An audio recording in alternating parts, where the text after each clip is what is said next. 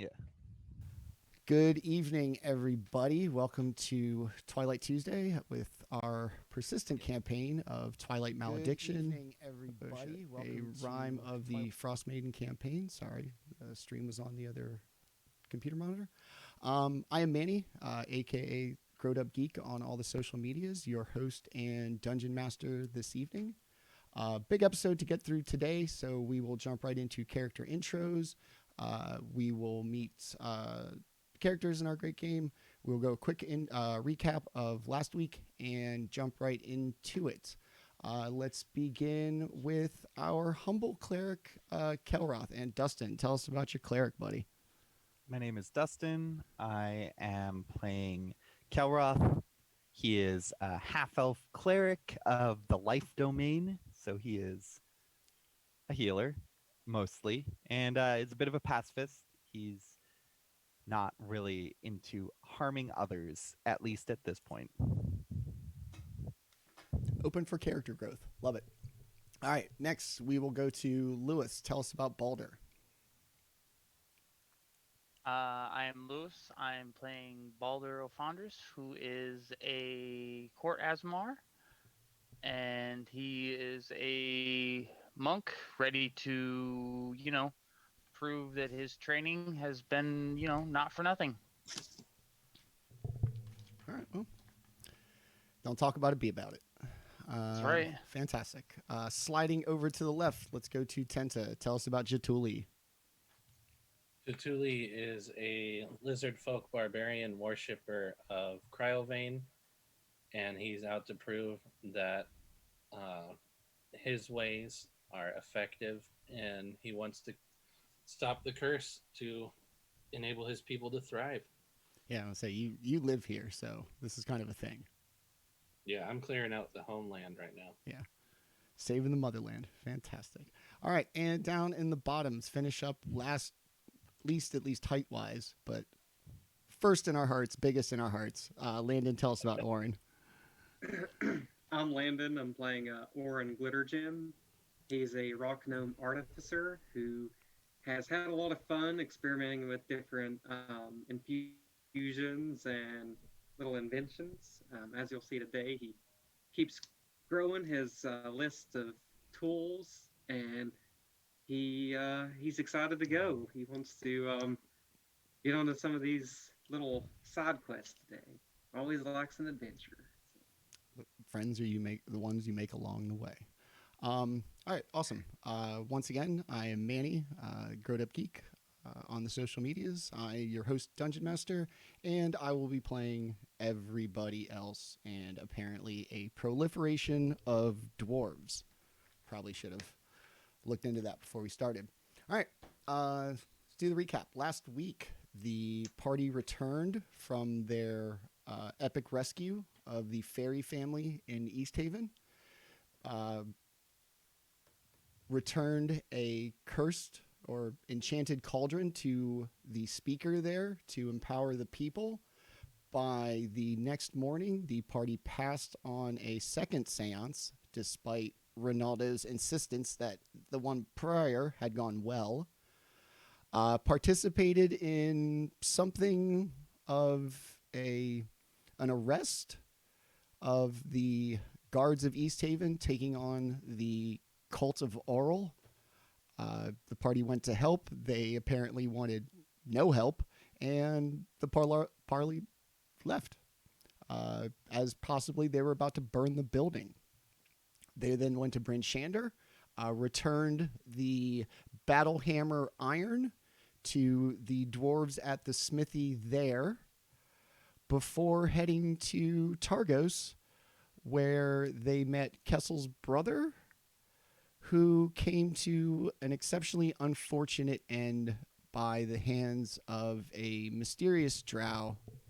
The party has brought Coral, Kessel's brother, back to Kessel's house, and that's where we'll pick it up right now. So tonight, Episode 7, Twilight Malediction. This episode's titled, What's Next? So you pull back up, Coral in the arms, Kessel has a private little moment, real heartfelt, slips the exotic flower that he got in Bryn Shander into his brother's arms that are crossed his chest. In a barely like recognizable voice, just kind of motions you into the house with the body and bids you lay it on the table in the middle of the house. And he sits at the head of the table after you place the body on there and just begins to openly weep uncontrollably.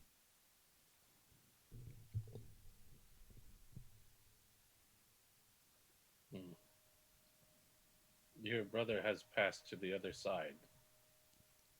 It will be okay. He looks up at you, half angry that maybe you couldn't stop this, but at the same time still kind of resigned that knowing his brother his whole life, this is something that, while unfortunate, is not unexpected. He kind of breaks his tears and his sobbing and places a hand on his brother's body in front of him. I know this world was too cruel for such an honorable dwarf, brother. You brought more light into this darkness than any in our clan could dare boast about. Those songs won't be sung of your deeds. You have brought great honor to us. Our ancestors are toasting your arrival in the eternal halls. Stands up, gives his brother a gentle kiss on the forehead, turns to you. Okay, what happened? He was slain by a drow. Voluntarily slain by a drow. What do you mean voluntarily? I knew something was going to happen. I didn't know it was this. He took a knee in front of his assailant and accepted his death. Where's his body? I was unable to convince everyone that we needed to keep him. So my brother's killer's out there. Yes. Orryn speaks up saying, see, it's not like that. He requested for the drow to kill him. It was like he asked him. So we couldn't hold the drow. It seems your brother and the drow had an arrangement with each other. The drow would provide a service for him as an easy scapegoat, it seemed. You're talking about my brother's murder like you're buying something from a shopkeep. It's not as easy as it seems. Your brother wanted this. I know it may be hard to see. It may be hard to accept as someone who has lost many things and has seen many deaths in their life. If one is willing to accept their death, it's hard to change their mind from this. I can't believe it. And he starts going through Coral's like pockets and his body, checking everything that he can. I don't understand how my brother could do something like this. I knew he got chosen. I knew they were coming for him. That speaker he won't stop. And if he didn't get my brother to burn, he was going to stab him in the back in the alley one way or another. It seems your brother had a greater influence in this town than even he thought, than even you thought. It seems your brother's death was necessary for this evil to continue, and your brother saw that, and he was willing to accept his own death as a means to sate their thirst for the blood if only for a little while. He knew that his death was inevitable. Choosing it was far better than receiving it. He died honorably. He gives a deep sigh. My brother was quite the dwarf. He survived out here for many years. If this is how he went, this must have been how he wanted it. He wouldn't have given up without a fight if he didn't know what was coming. And His death will not be in vain. I don't. As soon as I get his body ready for burial, I'm gonna kill that speaker myself. That son of a bitch is just sitting down there at the tavern, just feet up on the desk while people here are suffering. I'll. And then he stops himself and kind of takes a deep breath, possibly regretting his choice of words. Jaatuuli will put his big old paw on him. Jaatuuli will go with you if you wish to slay the speaker.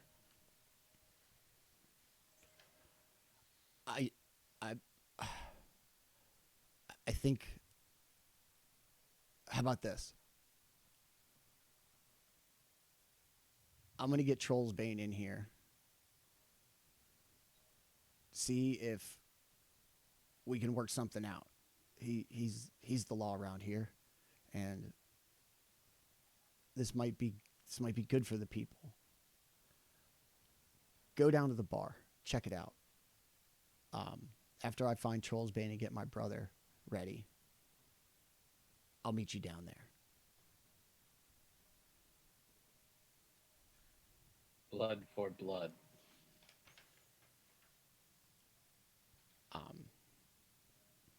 Just I don't know what to do now that my brother's dead. I'm not from here, but I feel like this is somewhere where I should stay. My brother did a lot of good here, and I feel like I should start making up for a wretched life and taking my brother's place in this town. And if killing Nerith is what it's going to take, then I'm ready to start doing good today. Oh, it'll be a hell of a battle.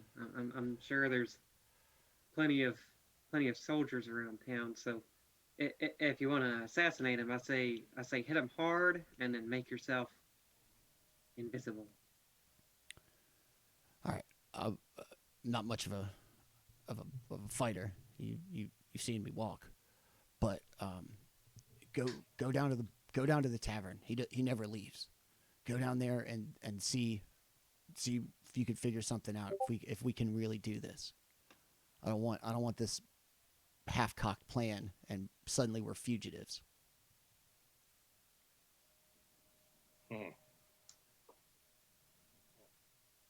What do you think? Shall we go? Yes, I think if more atrocities are going to keep happening in the city, it would be wise to put an end to it now. End it now before it grows. All right, very well. Head to the bar. I'll get my brother ready. I'll find Trollsbane, and then I'll find you. If there's nothing to be learned from the tavern, don't stick around. Don't draw attention to yourselves. You're just regular travelers. Where should we go? The Luskin Arms, just down by the water, near the largest dock. Can't miss it. It's going to be one of the only things that's open. You'll see city guards outside the door. All right. Then let's go. Until he's going to stand up and head towards the door. Orryn is a little nervous knowing that this could be potentially fatal. So he kind of like stretches a little bit, gives a little nervous sigh, and then like starts following Jaatuuli. I will support you, Orryn. Yes, yes. Well, it's you know, I know there's a lot of people in this town that probably will be working for this guy. So, you know, but we can discuss that when we get to the Luskan Arms, and then we can make a plan that hopefully we can all survive. Yeah, that'd be good. Jaatuuli leans down. Tonight you may become a man for real. Yes. Well, thank you for not calling me a child. Warren's like smiling really big now. He's like, I've been waiting for weeks now to be not called a child, so it is it'll be worth it. Exactly.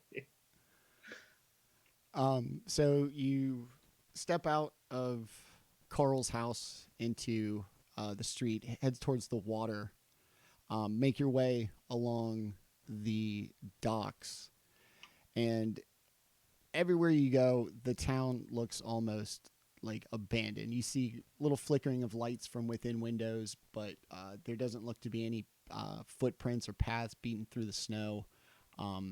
It looks like this town is barely surviving. As you make your way through the, I don't know, ankle deep snow, eventually the path becomes a little worn, and you start to hear a little bit of bustle and see a well-lit picture window with a sign above the door that says the Luskan Arms. And outside, flanking the front door, are two guards. They're young. They look cold as hell. And they don't appear to be too interested in like diligence. They're just kind of half-assing it and standing up there, staring out into the sun, staring, all around, just standing outside, looking like they're horribly cold. Humans are weak.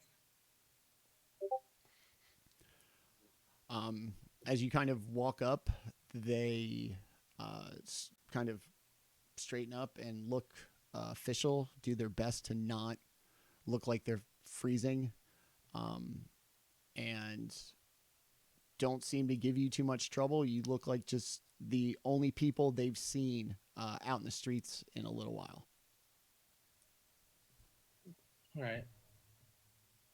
I'll nod at him and push past and open the door. All right.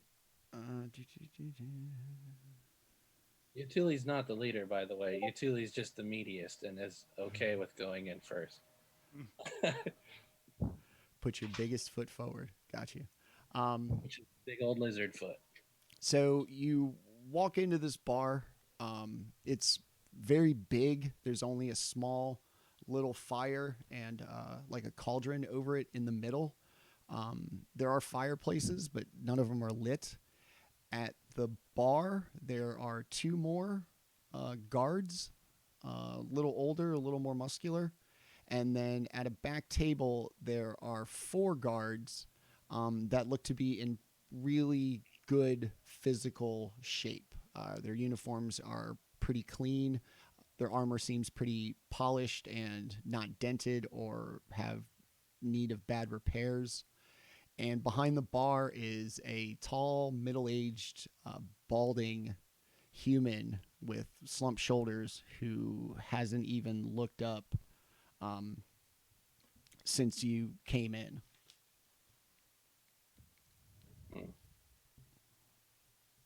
Let's get a drink, shall we? Might as well Orryn see if says- they serve anything as well. Might as well.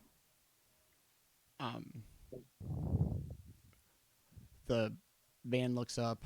Hi, welcome to the Luskan Arms, finest bar in all of Targos. Have a seat, and I'll be right with you. One of the guards from the table screams out, "Cheer up, Owen. You got the speaker upstairs keeping this dump afloat. If it wasn't for us, you'd be homeless in the cold. Don't worry about these people. You don't need them." The guards in their armor, do they look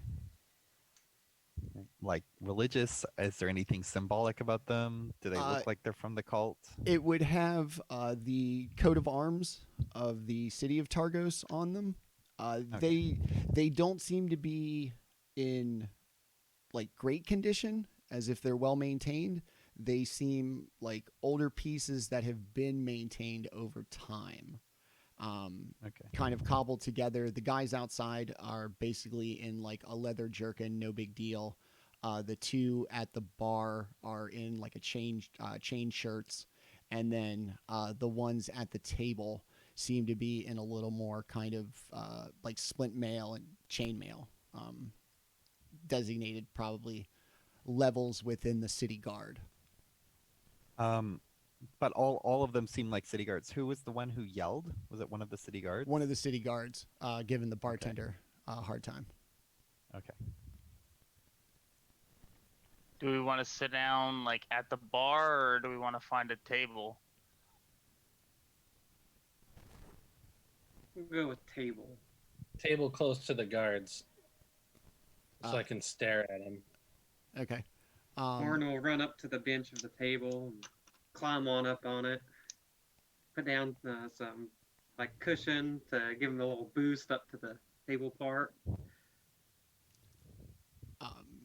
As you kind of sit down relatively close to the guards at the table, they all seem to kind of close ranks around each other. The ones that have their back to you have not turned around, but the one who is facing you keeps doing this. And then they'd come in and whisper to each other and kind of look. It's clear they're talking about you. Can we make any of that out? No. It's a lot of just kind of nudging and pointing and nothing to, yeah. As they kind of settle in, everybody seems very interested in what you're, just your presence. The two guards at the bar, suddenly get up and go outside. And as they push the door open, they begin to hassle the young guards outside. "Are you boys cold enough yet? You having a good night? Well, we'll come out here and keep you company for a little bit." And they stand outside, close the door behind them. The bartender finally kind of makes his way from behind the bar. "Hi, I'm Owen. What can I get you?" Meat. Can I? Does he appear to be charmed in some way? Give me insight.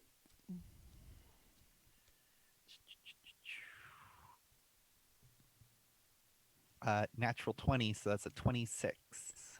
He just appears really depressed and kind of beaten down. Okay.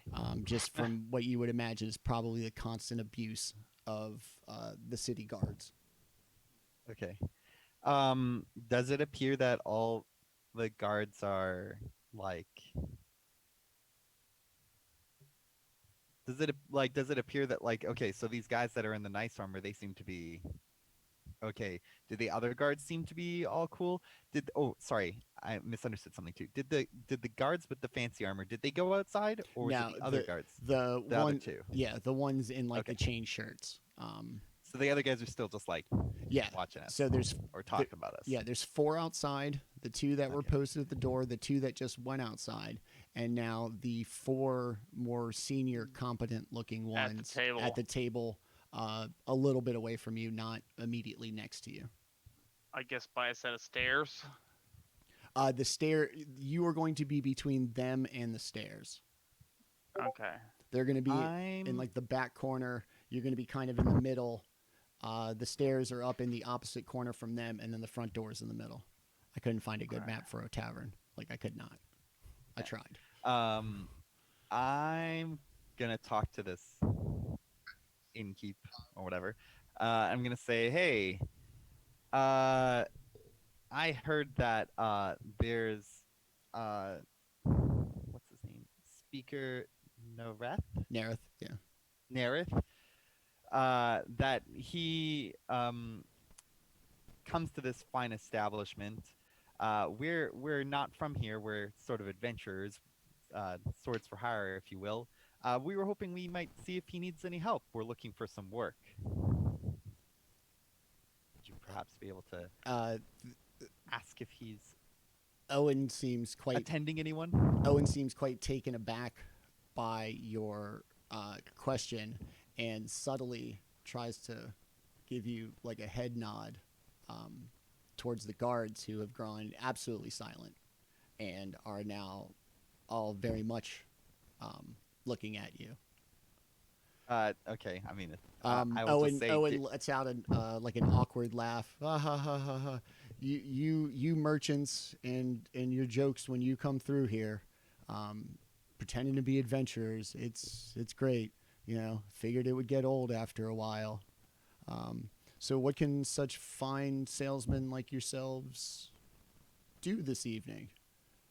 One of the guards at the other table. What are you selling? Alligator skins? Pointing at Jaatuuli, and they all have like a really good laugh.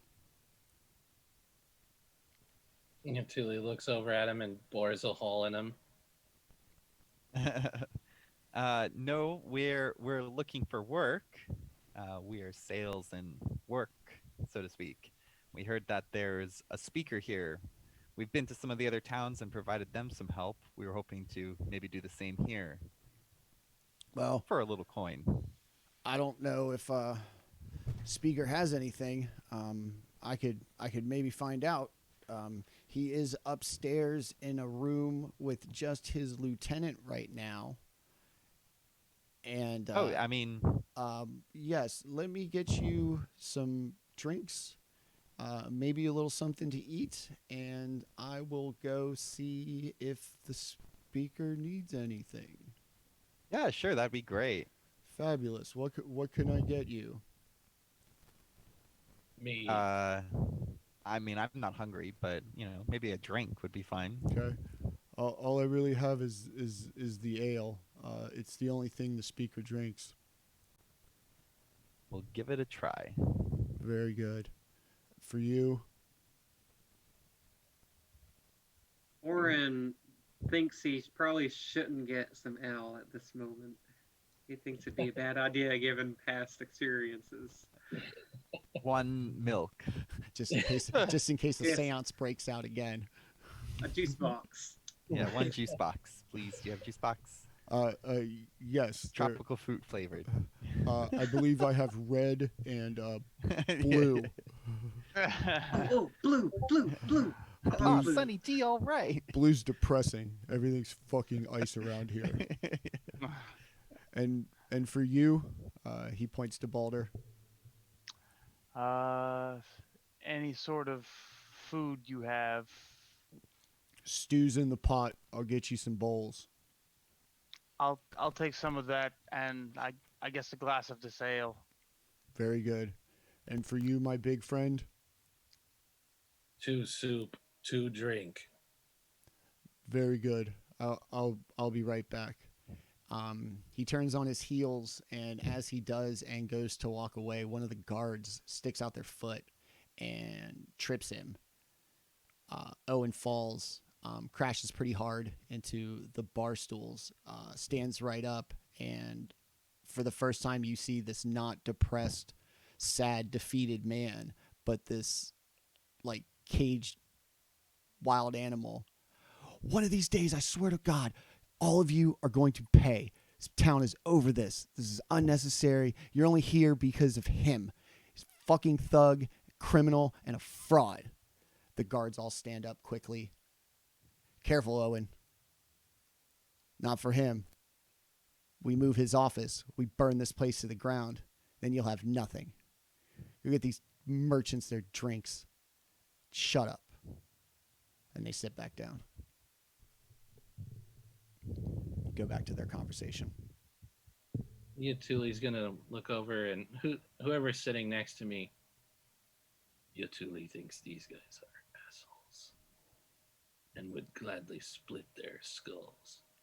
Orryn kind of leans over the table. I agree. While Owen's behind the bar getting your drinks and getting bowls for the stew in the middle in the cauldron, the 4 guardsmen all get up, and for a real brief time after the door closes, the only people in the common room of the tavern are the 4 of you and Owen.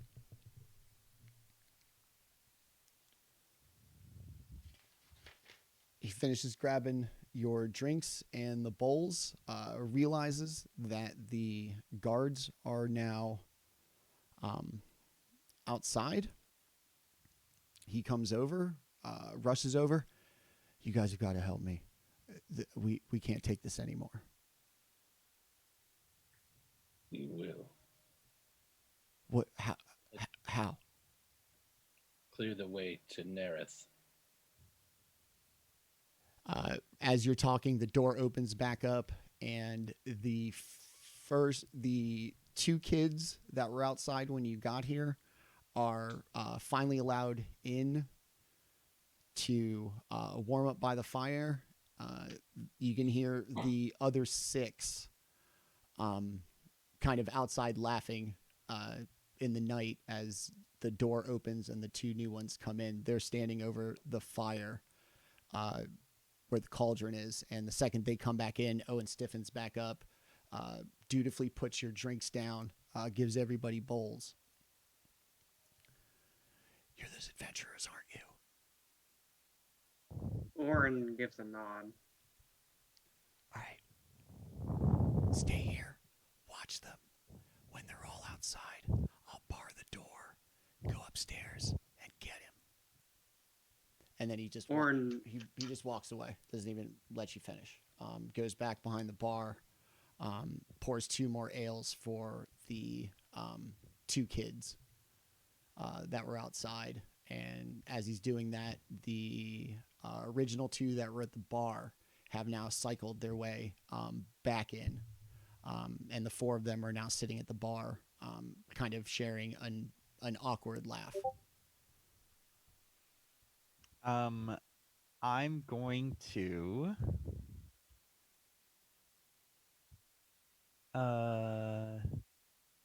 no, I'm not. Okay, I'm not doing anything yet. Orryn will say to Baldr, Jaatuuli, and Kelroth, I'll say, when we do get upstairs, remember, I can slow our fall, so if things get too dangerous, we can always jump out the window. Like that. Not very good at jumping out windows, but I'll try. It's okay. As long as you get through the window, I'll make sure that you don't hit the ground too hard. Okay, good. Windows are a fun means of exiting. Over the next couple of minutes, Owen seems pretty diligent about making sure your drinks stay full, also kind of alerting you to the comings and goings of the guards, just to make sure you all appear to be on the same page. At this point, the 4 senior guards have come back in and sat at the table nearby to you. And at this point, they're making no effort to hide that they're clearly talking about you, even though you can't really hear them. We just like see them looking at us and like making references, or Yeah, like I mean, like I said, full on like doing this and, pointing and talking about you and, that kind of stuff to each other.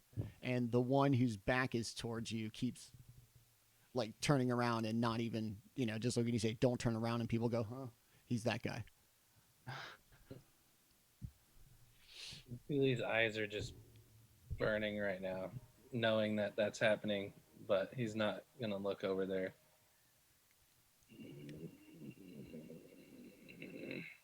Not exactly sure what our plan is here.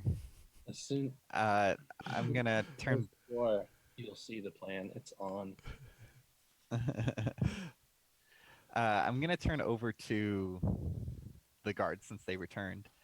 I'm gonna be like, "Oh, hey, hear anything from the speaker that we were hoping to get to talk to, work for?" Yeah, he'll be right down, and then they all have like a really good laugh. Okie dokie. You can hear them being a little less subtle in their conversations. Can you believe these guys?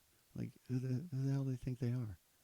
And other. Is this also like an inn and tavern, or is it just like a? Yeah, it's a tavern that the speaker occupies all of the rooms. Oh, so so there's no like even like chance of getting a room here? No. Well, not right at this moment. There could be a vacancy here. There could be a vacancy here in a minute. Orryn whispers to Jaatuuli, saying, "Should we tell the barkeep to just go and bar the door and then deal with these guys?" Wait until one of them leaves, then give the signal. Okay. After a couple more minutes, Owen comes from behind the bar as the group of 4 soldiers gets up. Before he crosses their path, they put their hands out and touch him on the chest and just push him to the ground one more time. I didn't tell you I needed anything. They all have a good laugh and go outside. And the second the door closes, Owen jumps up, runs to the door, slams the bar down. You hear the guards exclaim from the other side, "Owen, what are you doing?" From his back, like in a downward motion, he produces a short sword and screams to you, "He's upstairs right now with his lieutenant. Go up the door, go upstairs, kick in the door, and kill them both. We don't need to end up like Bryn Shander. Unlike Speaker Shane, Speaker Nerith is no fanatic. He's a fucking criminal, just keeping people down. He doesn't care about Oral. It's just his excuse to brutalize these people. Next time they're outside, I'm killing them all." And the guards start to pound on the door. "Owen, you better let us in. We'll fucking kill you, Owen." Jaatuuli gets up, leaps over the table, and pulls his axes out. Mayhem. Orryn also gets up and starts chasing behind Jaatuuli to race upstairs. Okay, I'm gonna cast aid. Okay. I can choose up to 3 creatures within range, so I will choose Jaatuuli, Baldr, and Orryn. And I've increased your maximum hit points by 5, so you can just 5 temporary hit points for all 3 of you. It lasts for 8 hours, so basically all day. And that is Awesome. what, +4? Plus 5 temporary hit points. Oh, nice. All right, so I'm going to go ahead and assume the marching order up the single file stairs is Jaatuuli, Orryn's next, Baldr, and Kelroth in the back. Sure. Okay. So Jaatuuli's going to take the stairs like 2 at a time like a badass. Oh yeah. So heavy lizard feet take stairs 2 at a time. Thunk, thunk, thunk, thunk as you run up the stairs to a kind of wider than like a hallway, but it's entirely enclosed, and a door to your left. Behind it, you hear like a slight commotion and a distinct panic, like screeching. Bestial screeching. Oh. Oh. Whoa. Oh, now we're serious. When it's a sex joke, everybody's in on it. When it's an animal, everybody's like, "Oh." Oh no. Yeah, can't be doing that. Compassionate souls, all of you. Meow. So there's the door. You can hear, like I said, like clearly a commotion. Obviously, there's quite a bit going on downstairs. They heard you thundering up the stairs, and probably hear the guards pounding on the door outside. So I guess we're gonna go like SWAT team enter the door. Yeah, I guess. I'll kick it open with my lizard battering ram foot. The door not very well protected, as this is kind of an old tavern. As you kick in the door, you see a large, very ornately decorated office, a large desk in the middle, a dark-haired human with crystal blue eyes and a short sword and a scabbard on his hip, a covered box. It looks like it's got a sheet over it. Behind him, up against the window, and between you and the desk, a red tiefling with two short swords in his hand, ready. All right. The human, how'd you get past my guards? You know what? Doesn't matter. You walked into the wrong meeting, and you're going to die by the two best swordsmen in Icewind Dale. And, You are pathetic. boom, The two soon to be dead swordsmen. boom. Yeah. So the swordsman, the speaker, is up in the window on chat. As you stand there, you see him unsheath the sword on his hip. The blade appears to be made entirely of ice and has a kind of frosted, kind of flurry effect coming off of it. And let's go ahead and roll for initiative. Yeah. Oh, I already rolled for initiative. Ha, ha. Wow. Look at me go. Uh-oh. Do you not have a negative initiative? Are you going I tomorrow? mean, I always have a negative initiative, but Today, I No, I overcame mean, my was your negatives. actual initiative? no, I rolled an okay number for one. Okay Oh. number. 25 to 20. 20 to 15. 17. Okay. There we go. Making a tactical choice. I'm going to barge in the door and then think about it. Yeah. 15 to 10. I got 13. Oh. Wow. Big hitter. Okay. There we go. 10 and below.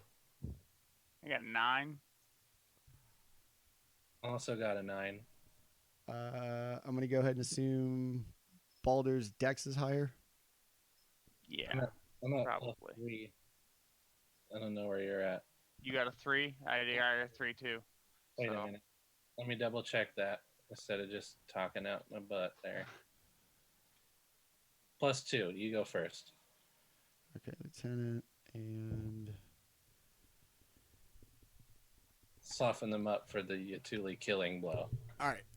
Yeah. So, did everybody burst into the office? Yes. Okay. I mean, I guess so. Let's see. All right. So, Over the door. Yeah.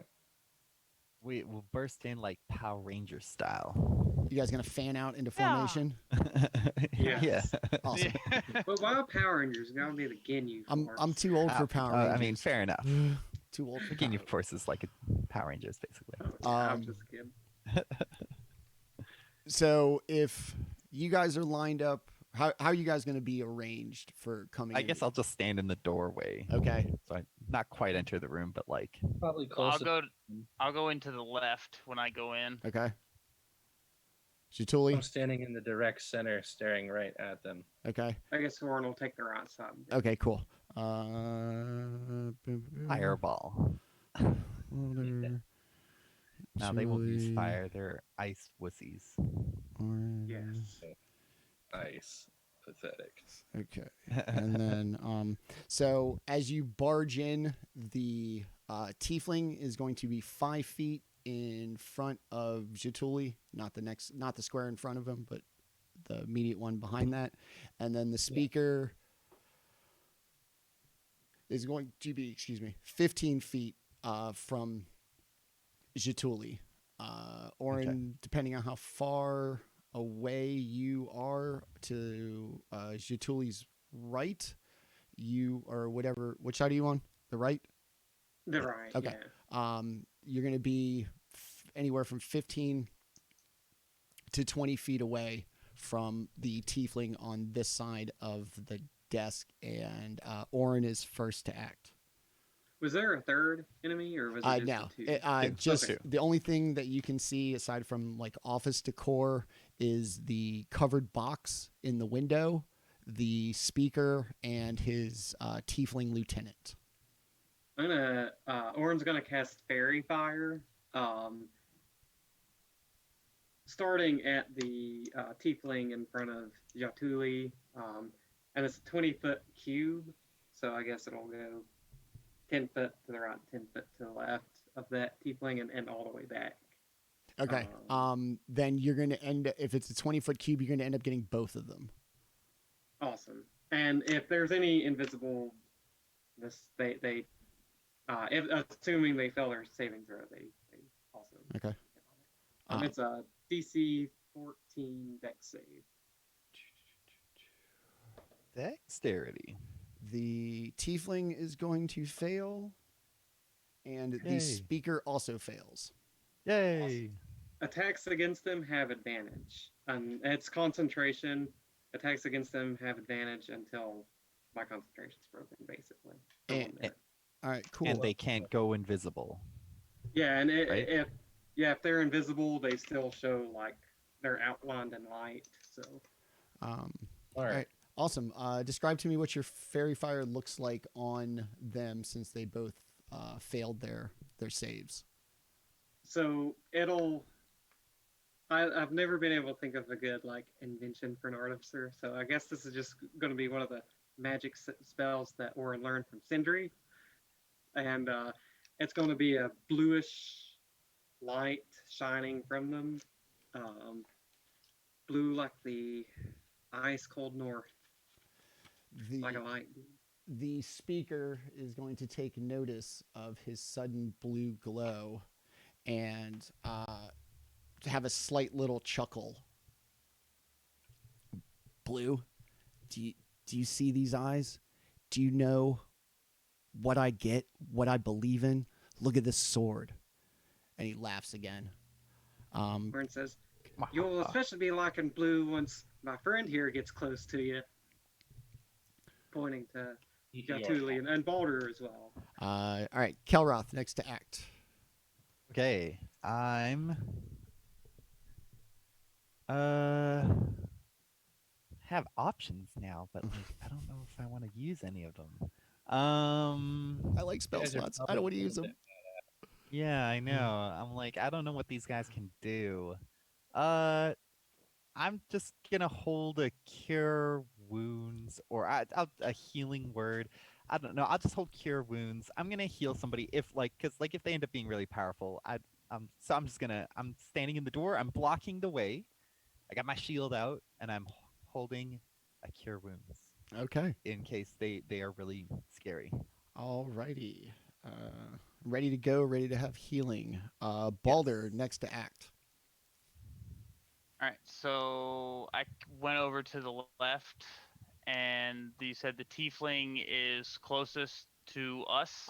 He would be on your side of the desk. Then there's the desk, and then the speaker's behind it. So the speaker's going to be in like battle grid terms, 2 squares behind, 10 feet.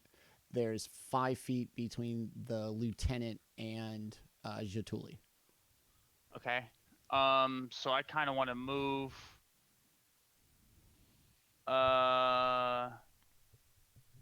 to like the left, like up, like basically if there was like a desk in front of me and like the person was like the chair, I kind of want to like move to their adjacent and attack. Okay. the lieutenant? Or Yeah. Okay. Yeah, the lieutenant. And that will be with my quarterstaff for right now. And that remember, you have is- advantage. Yeah.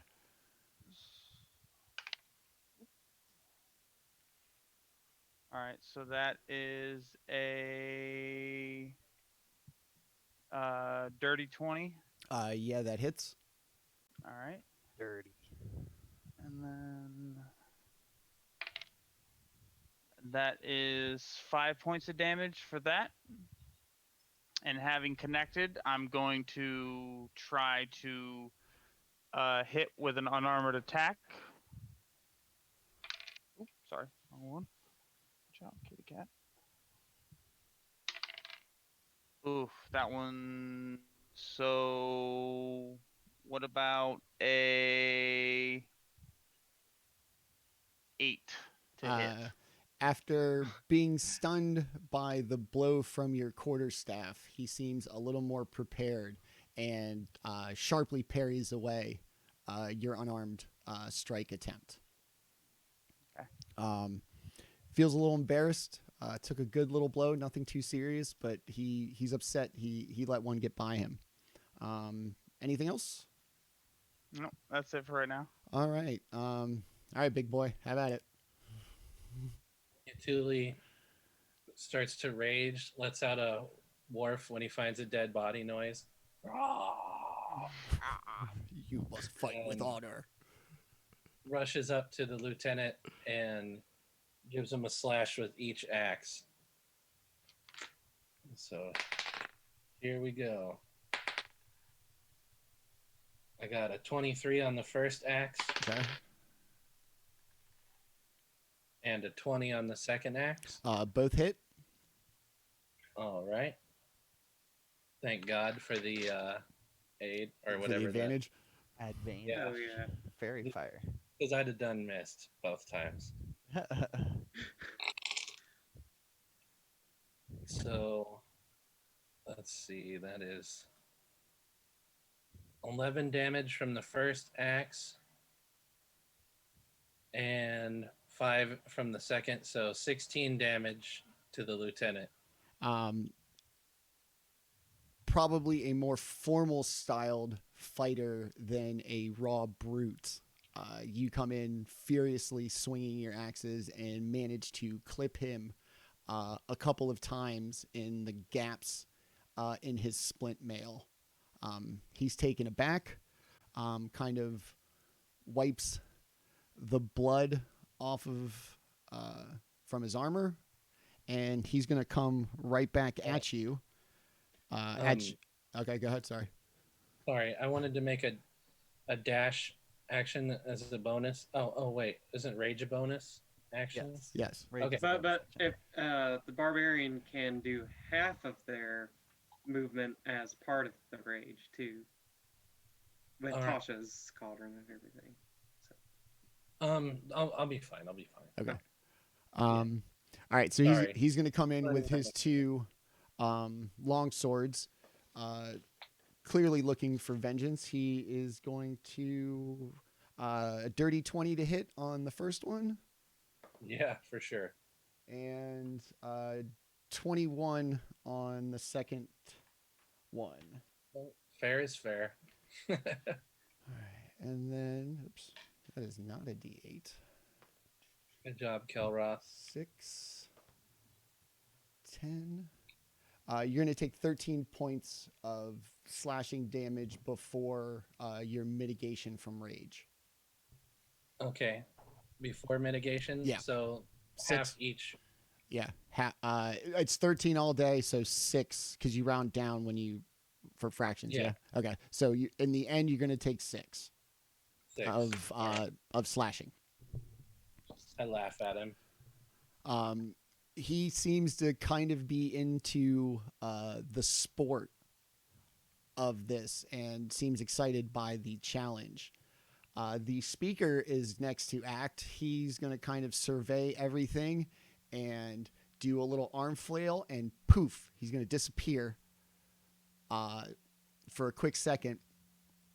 He's going to magically appear again as if he used Misty Step next to Orryn. And he's going to take a slash with his iced enchanted short sword.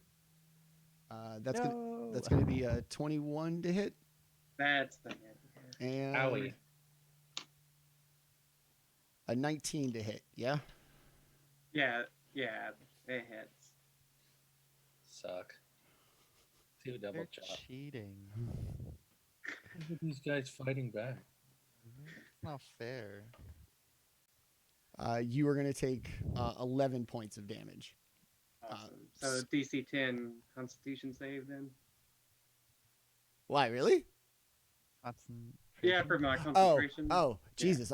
Oh God, I thought you were dead. I was like, Hey, I was if you like, forgot holy about the concentration, I say I don't know what kind of concentration. I mean, you took 11 damage. Yeah. So I you just have to succeeded. roll. Okay, that Yeah. yeah, that's pretty easy Well, to beat. it's 10 or half, whichever is higher. Yeah. Yeah. 20 succeeds though.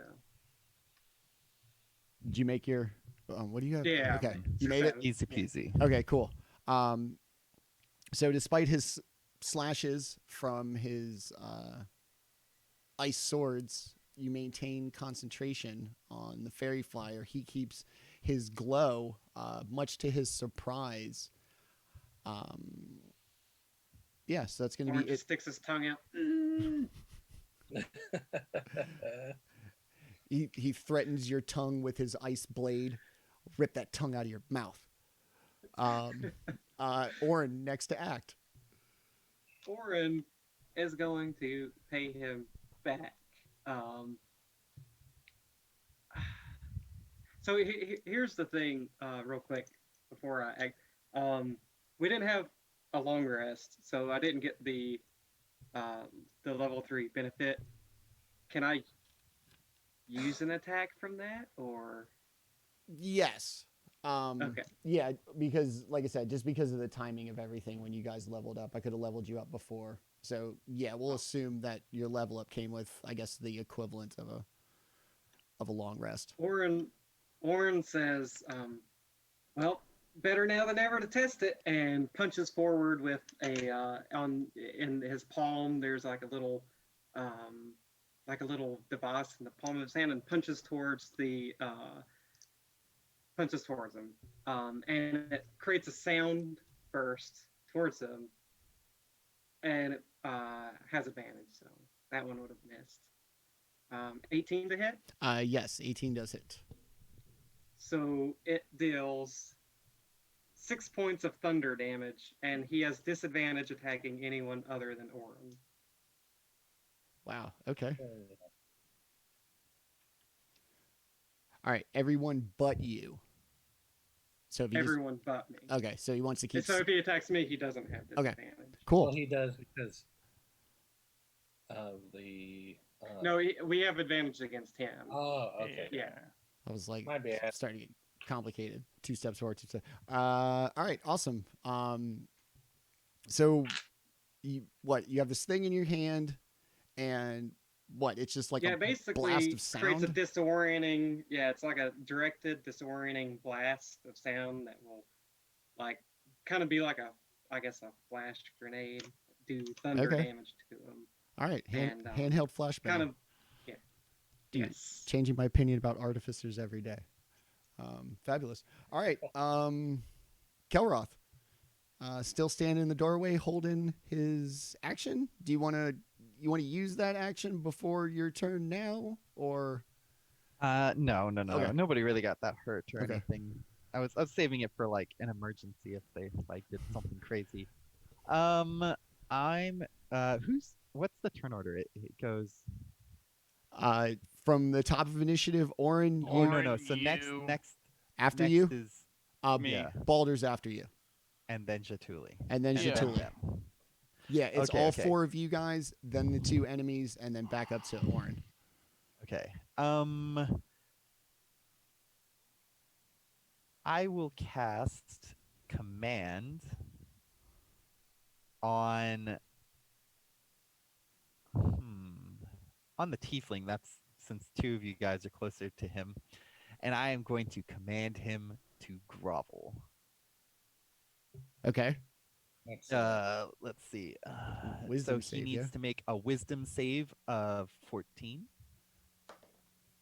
I'd be groveling on that one. He stands there as your spell effect hits him, strengthens his resolve for a quick second, drops his swords, drops to his knees, and just will not stop begging for forgiveness and mercy and telling you how worthless he is and what a fraud the speaker is, much to the speaker's chagrin. He seems very pissed his underling is talking that mess about him. Yeah, well, so he is prone.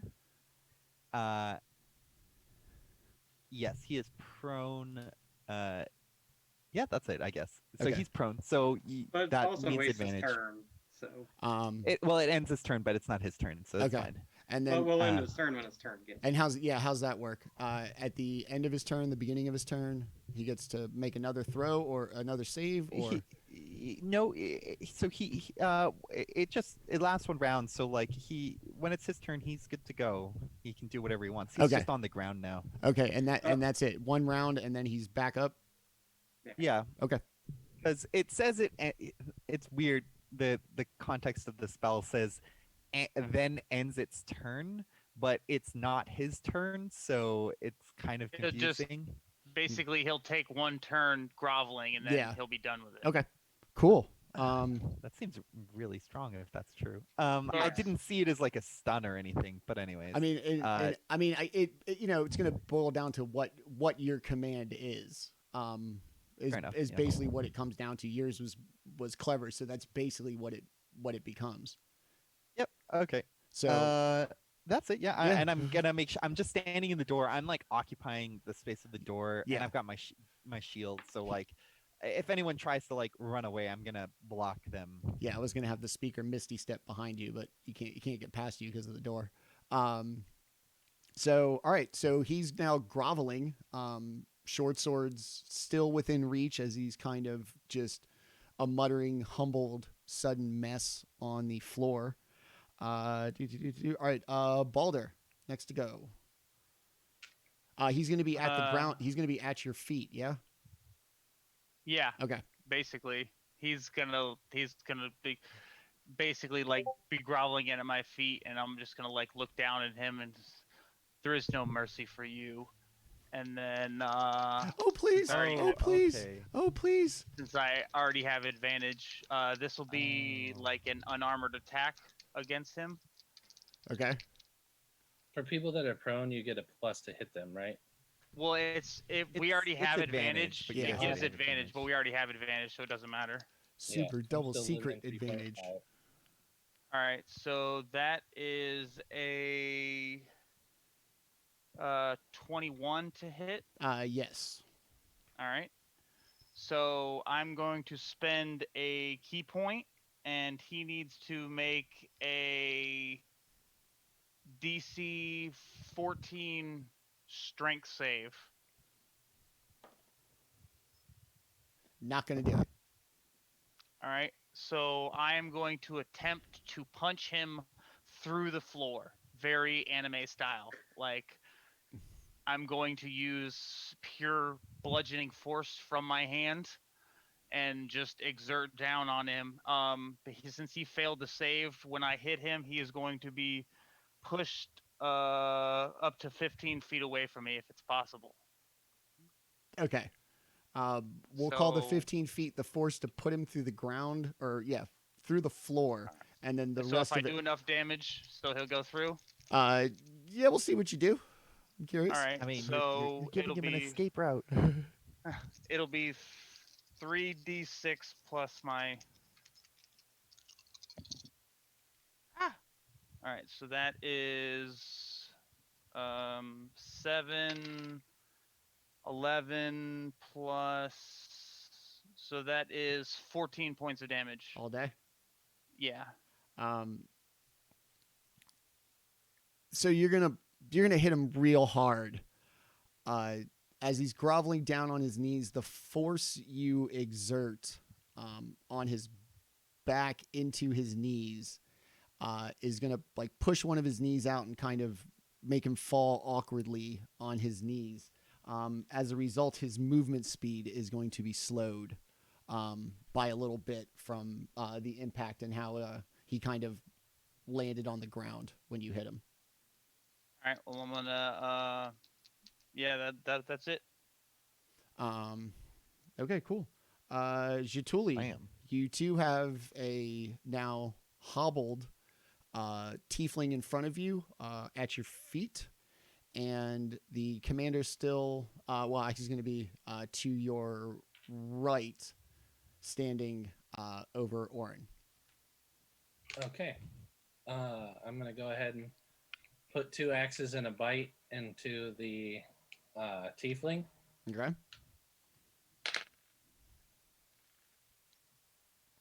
So we got 18 for the first axe. We got 17 for the second axe. Both will hit. And we got 21 for the bite. All will hit. Excellent. Exactly as I planned. Removing a face. Yeah. So here we go. The first axe does 10 damage. The second axe does 7 damage. And the bite does 9 damage. All right, so go ahead and tell me how all 3 of those strikes go down as the tiefling is no more. He has ceased to be. An axe into each shoulder, and then I pick him up to my eye level and bite his face off. That is so awesome. And swallow the face for 3 temporary hit points. Hey, dude, the people who made the Mortal Kombat movie are on line 1 for you. Yeah, they really need my consulting. Finish him. So this once great swordsman who's reduced to groveling and just I mean, let's be real. You guys have done some pretty gruesome things to these people. So, today, the most gruesome death today, we'll put it like that. Slumps to the floor. The speaker seems really taken aback, cannot believe that somebody bested his hired hand. And Jaatuuli, is that it for you? Yeah, right. I mean, what else? Yeah, What else do you want to do? You want to kick him? Slurp his face into my mouth.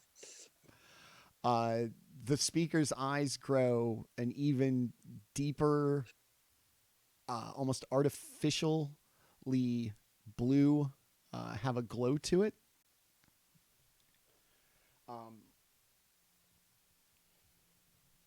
He's gonna put a hand up, and a magic dagger is just gonna materialize, made of ice. He's gonna throw that at Jaatuuli in a kind of panicked move. 17. It's advantage. Okay. Oh, yeah, he's got Yeah, disadvantage. it's disadvantage. I 15? don't think 17 hits anyways. 15? No. No? And a 10. So in a panic, he's going to quickly chuck 2 ice daggers at you, and they're going to sail wide as he kind of feels the momentum of this thing turning. That will be the end of his turn, and Orryn, the little chihuahua at his feet. Do any of those daggers come into my, by me?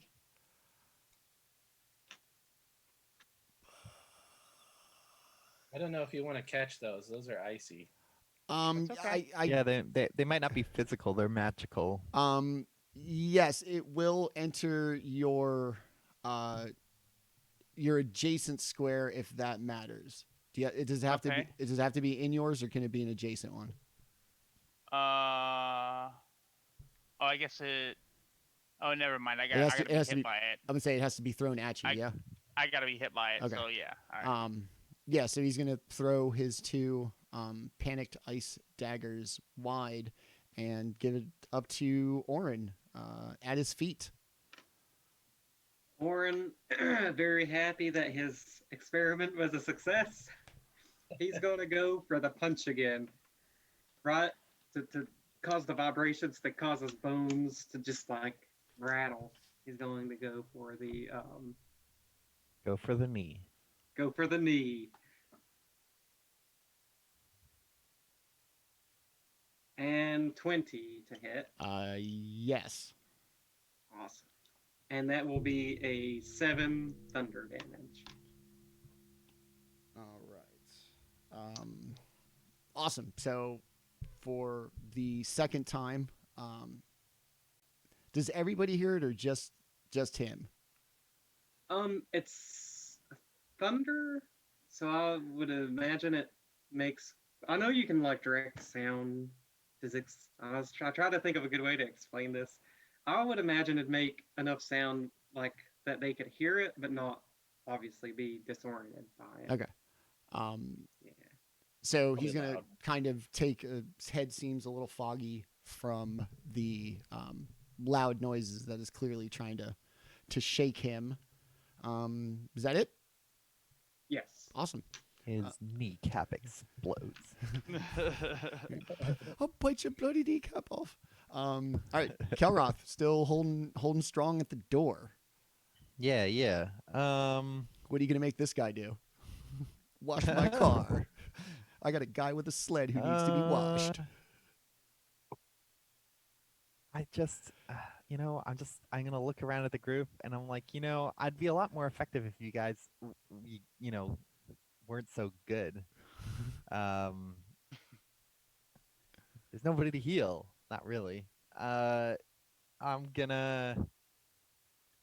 I took a lot. It just didn't sink in because I'm a thick lizard. Yeah, and you guys had a bunch of temporary hit points too. Yeah, and I'll just wait here. You guys got I'm this. making actually, you know what I'm gonna do? I'm gonna step into the room just like a little bit, and I'm gonna close the door behind me. Okay. Yeah. Actually, before I do that, I will use my action to see.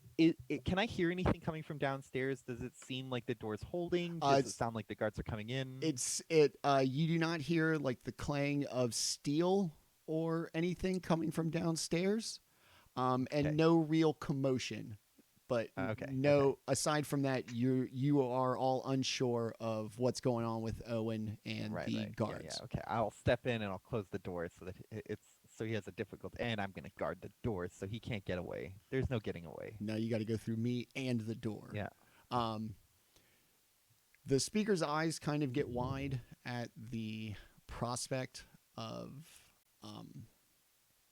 now being Close trapped that door real scary. Like. with. I'm gonna slam the shit out of it. Boom! 13-year-old girl. I hate you. You're not my real dad. And really starts to kind of bear down. He realizes that he's probably losing this fight, and he seems committed to the end, lest his guards, burst into the room at any moment. Who knows? No. All right, Kelroth's going to close the door and barricade it. Baldr, to you. The speaker is going to be about 20 feet. Oh, wait, hold on. About 25 feet away. Easy peasy. All right, so how I basically envisioned this is kind of like Bowduke slide across the desk, and like just go straight in for the kicks to the side of the head. He's going to be down the line. Like you basically just walk straight down the line, past Jaatuuli, past Orryn, or you'll be adjacent to Orryn. He's in the Or adjacent to him, yeah. Yeah, okay. Okay. All right, so you're gonna like slide across the desk. Yeah, or at least down the desk. Slide like across the desk, and then like use it kind of like as a springboard to give the kick a little oomph. All right. And that is a natural 20. Yeah. So full damage for whatever the attack is, and then roll again for the bonus. Okay, so that is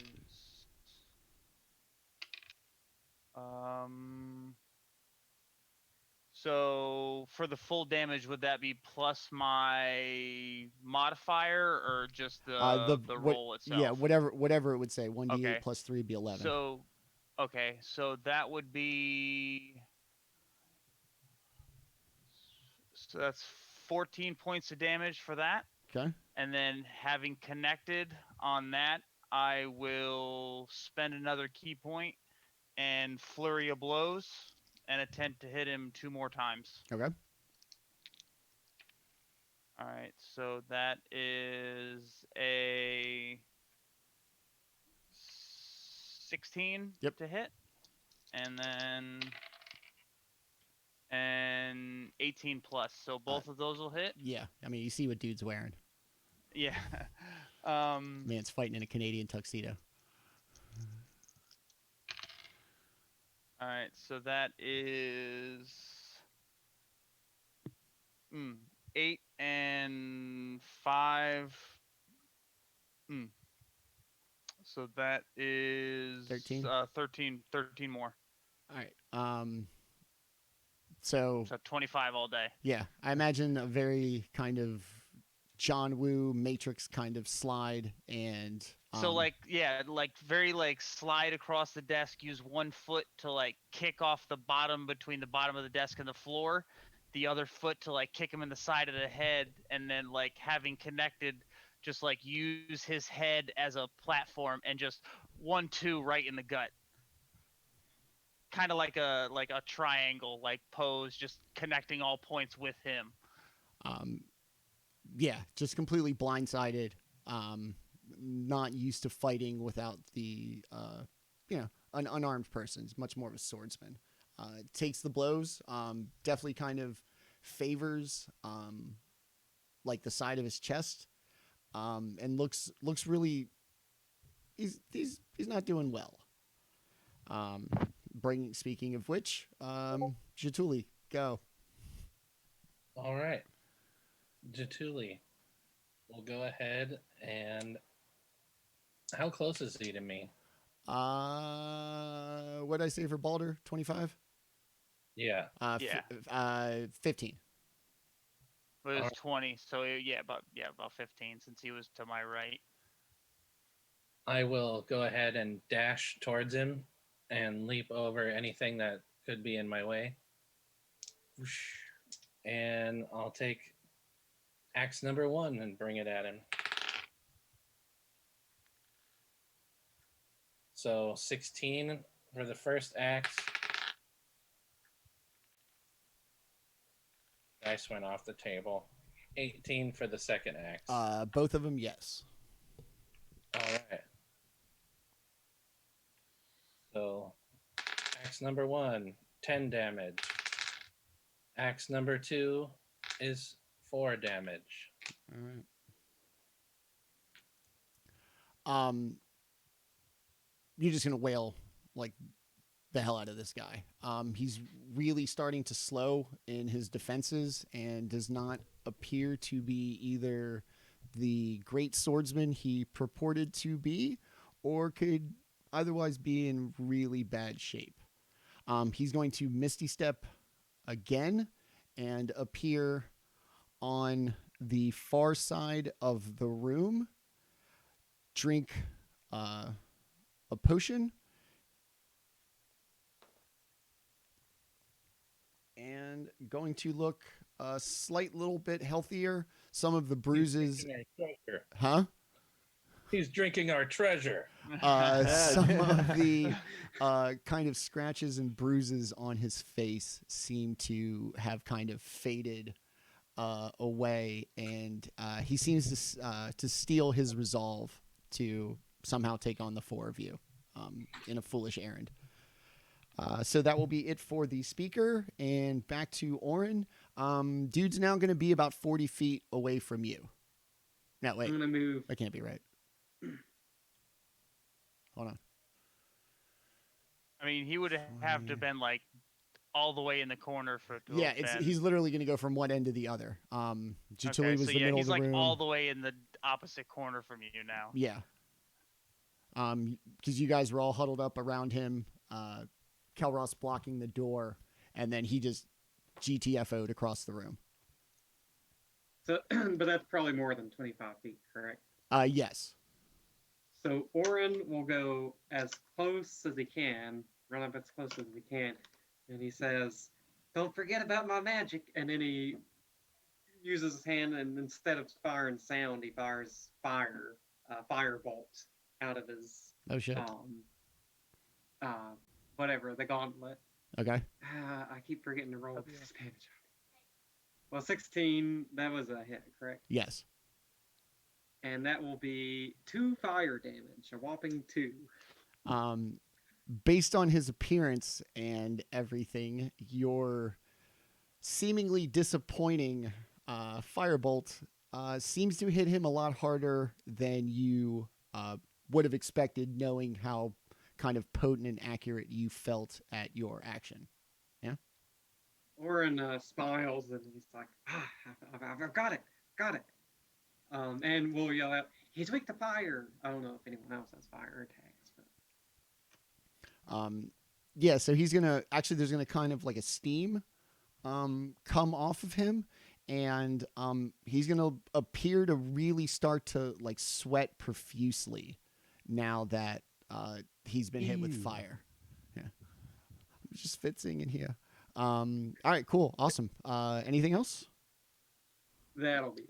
All right. Kelroth, blocking the door, the bouncer. Yeah. Is there any? You said there was like a box in the room, right? It is basically straight in front of you, over the desk, up against the wall and the window. Is there anything particular about it? Does it look like you hear magical or something? you hear a screeching sound from it. It's Oh. probably about 3 to 4 feet wide, probably about the same high, and I don't know, probably about 2 feet deep to the window. Is it like moving? No, it appears to be. You can tell, despite a sheet being over it, that it is a very kind of like geometric rectangle, and there's a screeching coming from it, a bestial screeching. For anybody. Yes, meat. Oh yeah, I'm just gonna wait and let them finish off this guy. Okay. Yeah, I don't feel like I need to use anything on him. All right. He's doomed. All right. Baldr, next to act. Speaker I'll be right on back. the other side of the room, literally sweating bullets. I'm having him like teleported away after I connected with him. I'm just gonna like turn around and just close the entire gap and be in his face and attack him again. All right. So that is he's still under fairy fire, correct? Yes. Okay. All right, so that is a 17 plus 5, so that will hit, and that'll be with the quarterstaff. Plonk. And that is 5 points of damage for that. And then I'm going to come up with an unarmored kick.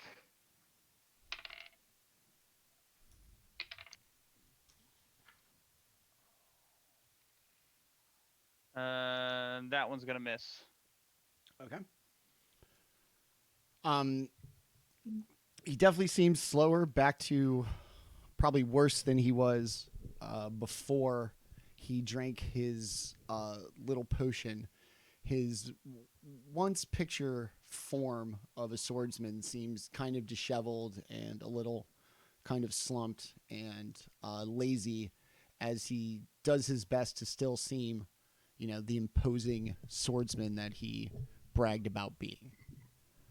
All right, man. Jaatuuli, let this boy know. All right. Time to learn them. All right, I will. How far away is he? About 40 feet. He's gonna be. Yeah, he's gonna be at the other end of the room. Okay. I'll go ahead and, as a bonus action, make a dash towards him Okay. and go ahead and take a chop on him. All right. So 20 for the first axe. And 13 for the second axe. So I'm guessing. You would be amazed, but yes, the 13 does hit. Wow. Yeah, like I said, look how dude's dressed. I'm so skilled. Well, yeah, maybe he shouldn't have worn his Sunday's best. I mean, you barged into his office, man. Yeah, true. My man was at work. Yeah. Not too many people hang out in their armor in their office, but I would, but that's me. yeah, but I'm paranoid in a world full of people like me.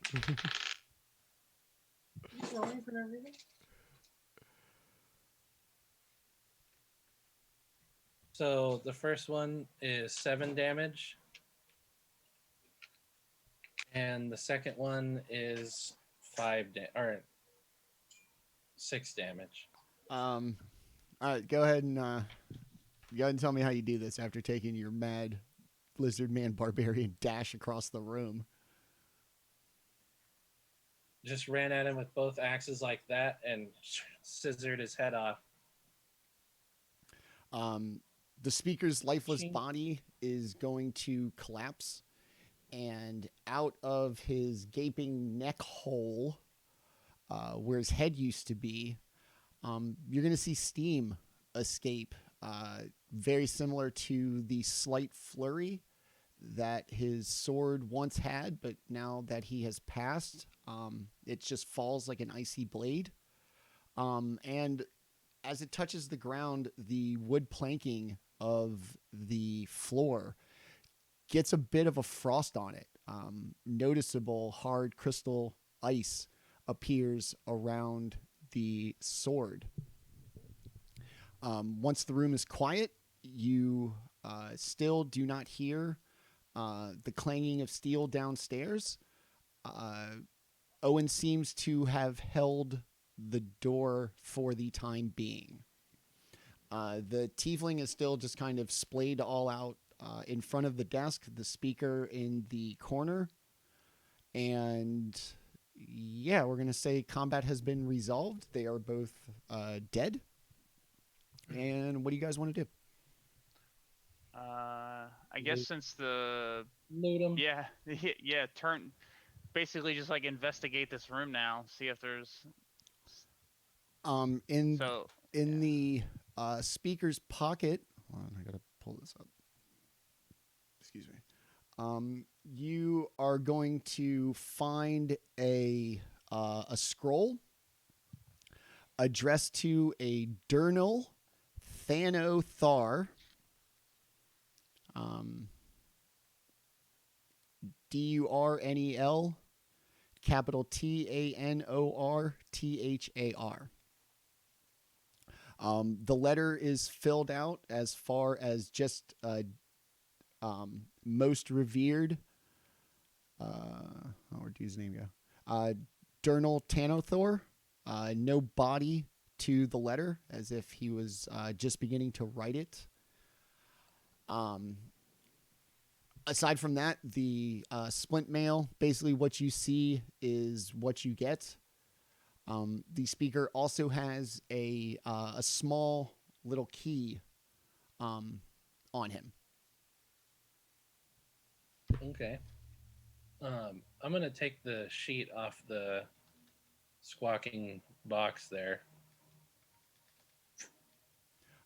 See what's underneath it.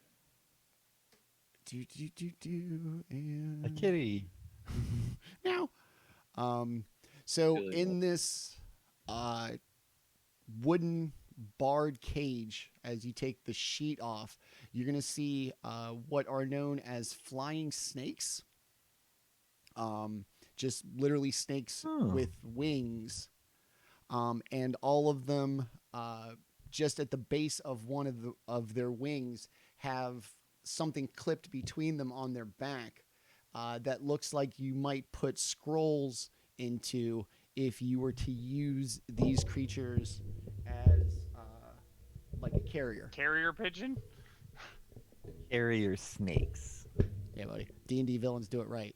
It's a carrier pigeon. Yeah, they do. Yeah, they do. This pigeon bites back.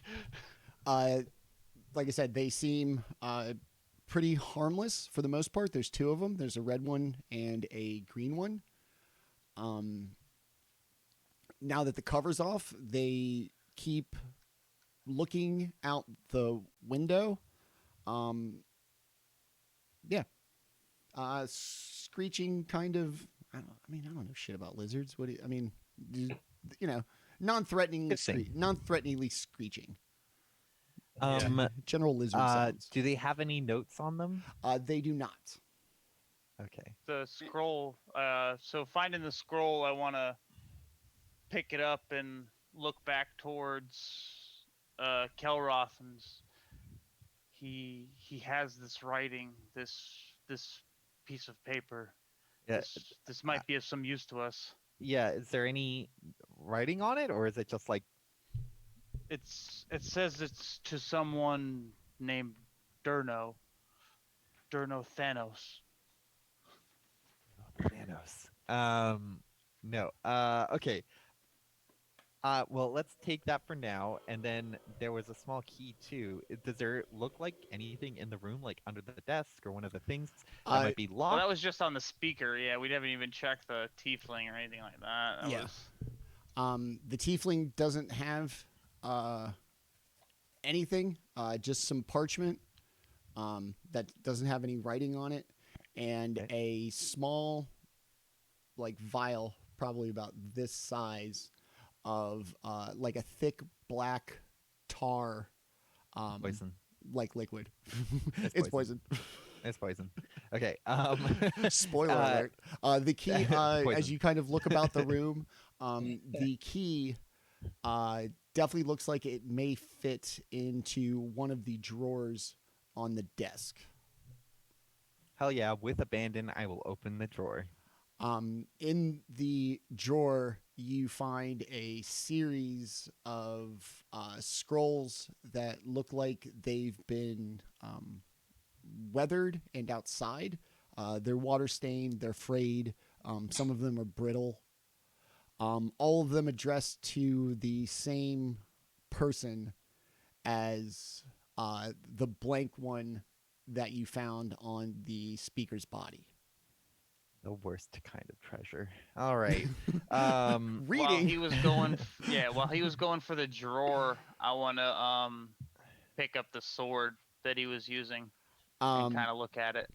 And Go ahead and give me a Constitution save, please.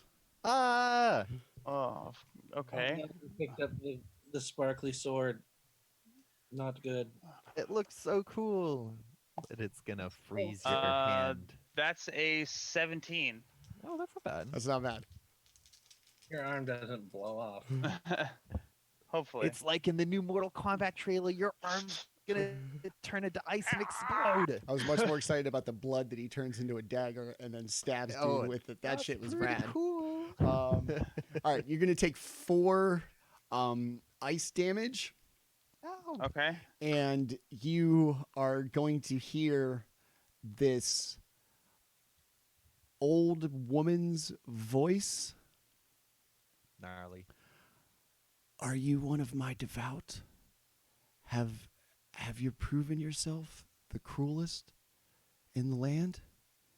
Is it time for you to come home to mother? I want to drop the sword. Okay. Hearing that, like having it hear it speak to me, it kind of like freaked me out a little bit. Not gonna lie. Like, It bit me and then it talked to me. No. yeah, I'm kind of gonna like Burn it. Burn it. do you put it out of tell its us? misery. Do you tell us what the sword says? I mean, having we see the sword. having dropped like you'll see it kind of like frost like when I pick it up, you'll see it kind of like frost my hand over. And then just like for a split second I don't move, you just kind of like you see the frost just kind of like start to like grow around my hand, and then like I just kind of like snap to, and like I just like drop it from that. Does it clang? Does ice clang like steel? Surprisingly enough, it will. Yeah, Yes. it'll make a sound when it falls to the Yeah. ground. We will notice. Um.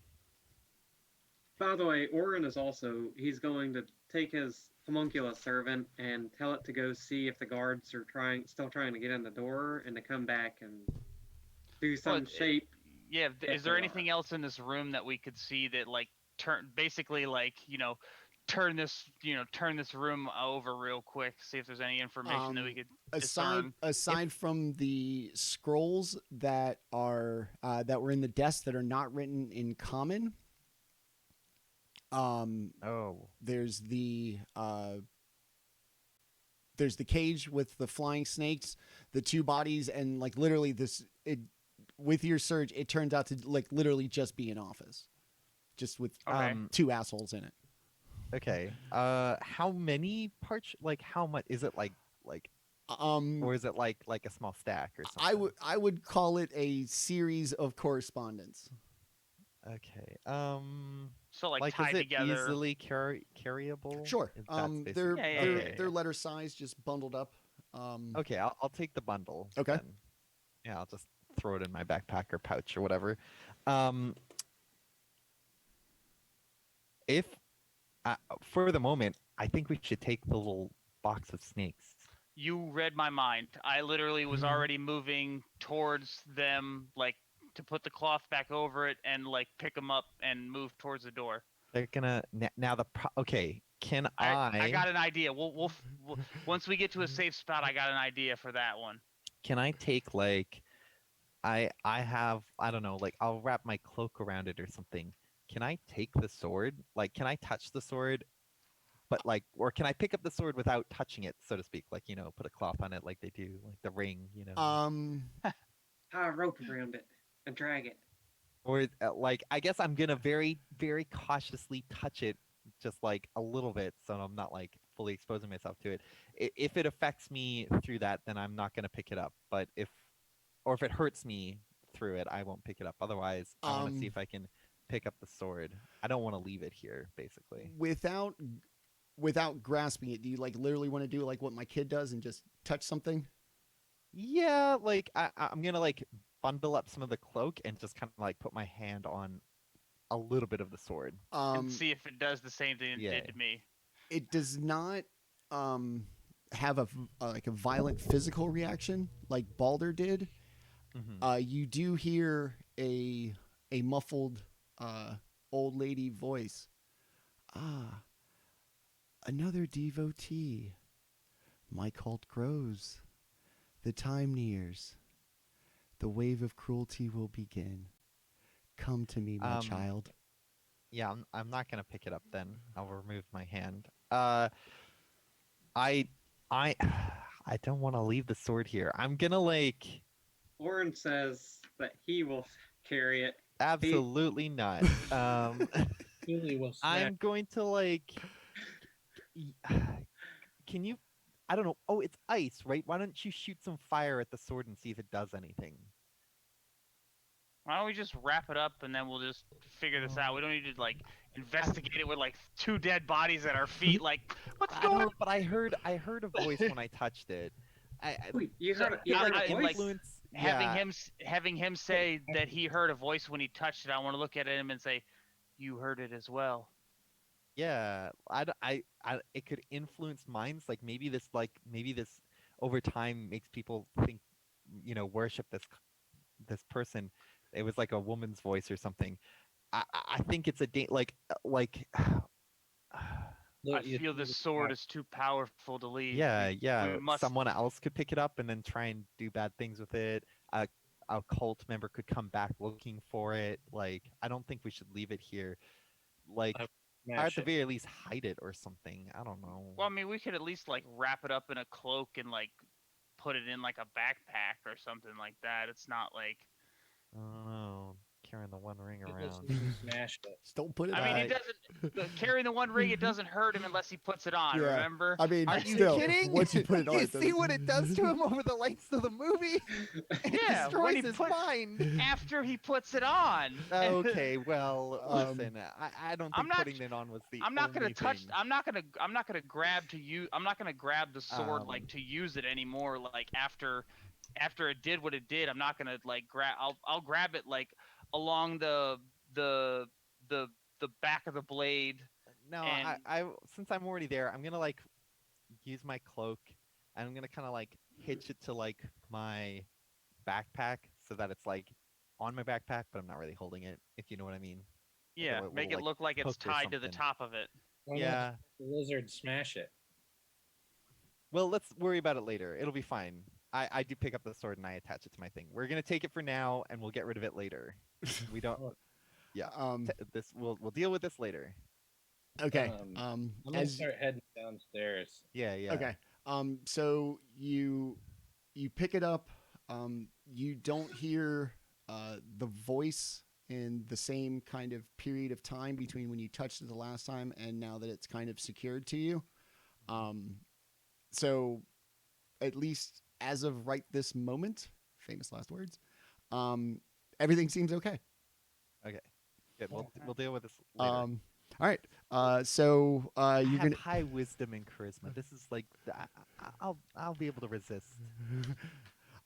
So as you come down the stairs, Owen quickly turns to you and points the sword just in your direction. Oh, it's you. Are they dead? Orryn looks at Jaatuuli with bloody teeth and looks like he just ate a huge bloody meal. I was like, yeah, something like that. Owen There gives is a mess upstairs. Owen gives you a big smile. He turns back to the door and begins to scream at it. You hear that, you fucking cowards? Your speaker's dead. I'm going to count to 3. I'm going to open this door. And if you're still willing to die for him, then come get some. 1, 2, 3. He rips open the door, readies his sword. And in the time he opens the door, all of the guards outside have dropped their swords and appear to be celebrating and hugging. Owen seems somewhat confused, but not totally unexpected. And one of the guards looks at him. Sorry, Owen. You know how it goes. And he tries to seem apologetically. I stab him in the throat. Owen goes right up to him and sticks the blade of a short sword underneath his throat. Get out of my town. Don't you ever come back. And they quickly make off into the night. Jaatuuli is hype manning him the whole time from behind. Yeah. You're Owen- much more threatening than him. Owen. It's like when the hype man is more, it's like, oh shit, look at the hype man. Everybody knows who Flavor Flav is. Not everybody knows who Chuck D is, sadly. Yeah. So he stands there, very proud of himself and looking almost like an entirely new man, very appreciative of your efforts. Upstairs, I can't thank you enough. What the grip he had on this town, just it wasn't right, and he was gonna burn that ranger, and that was the last straw. I'll be happy to tell him that he doesn't have to die now. He closes the door and he goes behind the bar and grabs like 3 ornate walrus tusk mugs that are probably this big. Fills them all up, puts them on the bar for the 4 of you, pours himself one. A toast. Orryn takes the big tusk and he says, You know what? I've earned it today because I thought I was gonna die. And then he just toasts. Cheers, little man. And he smashes his drink into you and takes like a huge chug. Orryn has to use both hands because the size of the horn. He just like starts chugging along. I can't begin to say what you've done for this town. It'll never be the same now.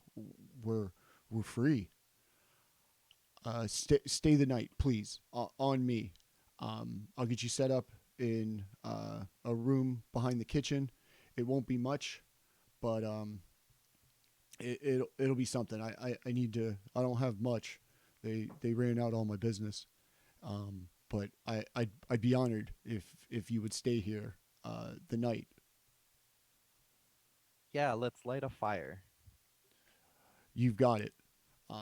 He goes behind the bar to the kitchen and grabs like a big bundle of dry wood, throws it on the fire, kicks the fire rocks that keep it from burning the place down, kicks them out to make basically a giant fire, and the room really begins to like warm up, and this Owen absolutely seems like a different man since when you met him and he was defeated and shoulder slumped, taking the abuse of the speaker's local guards.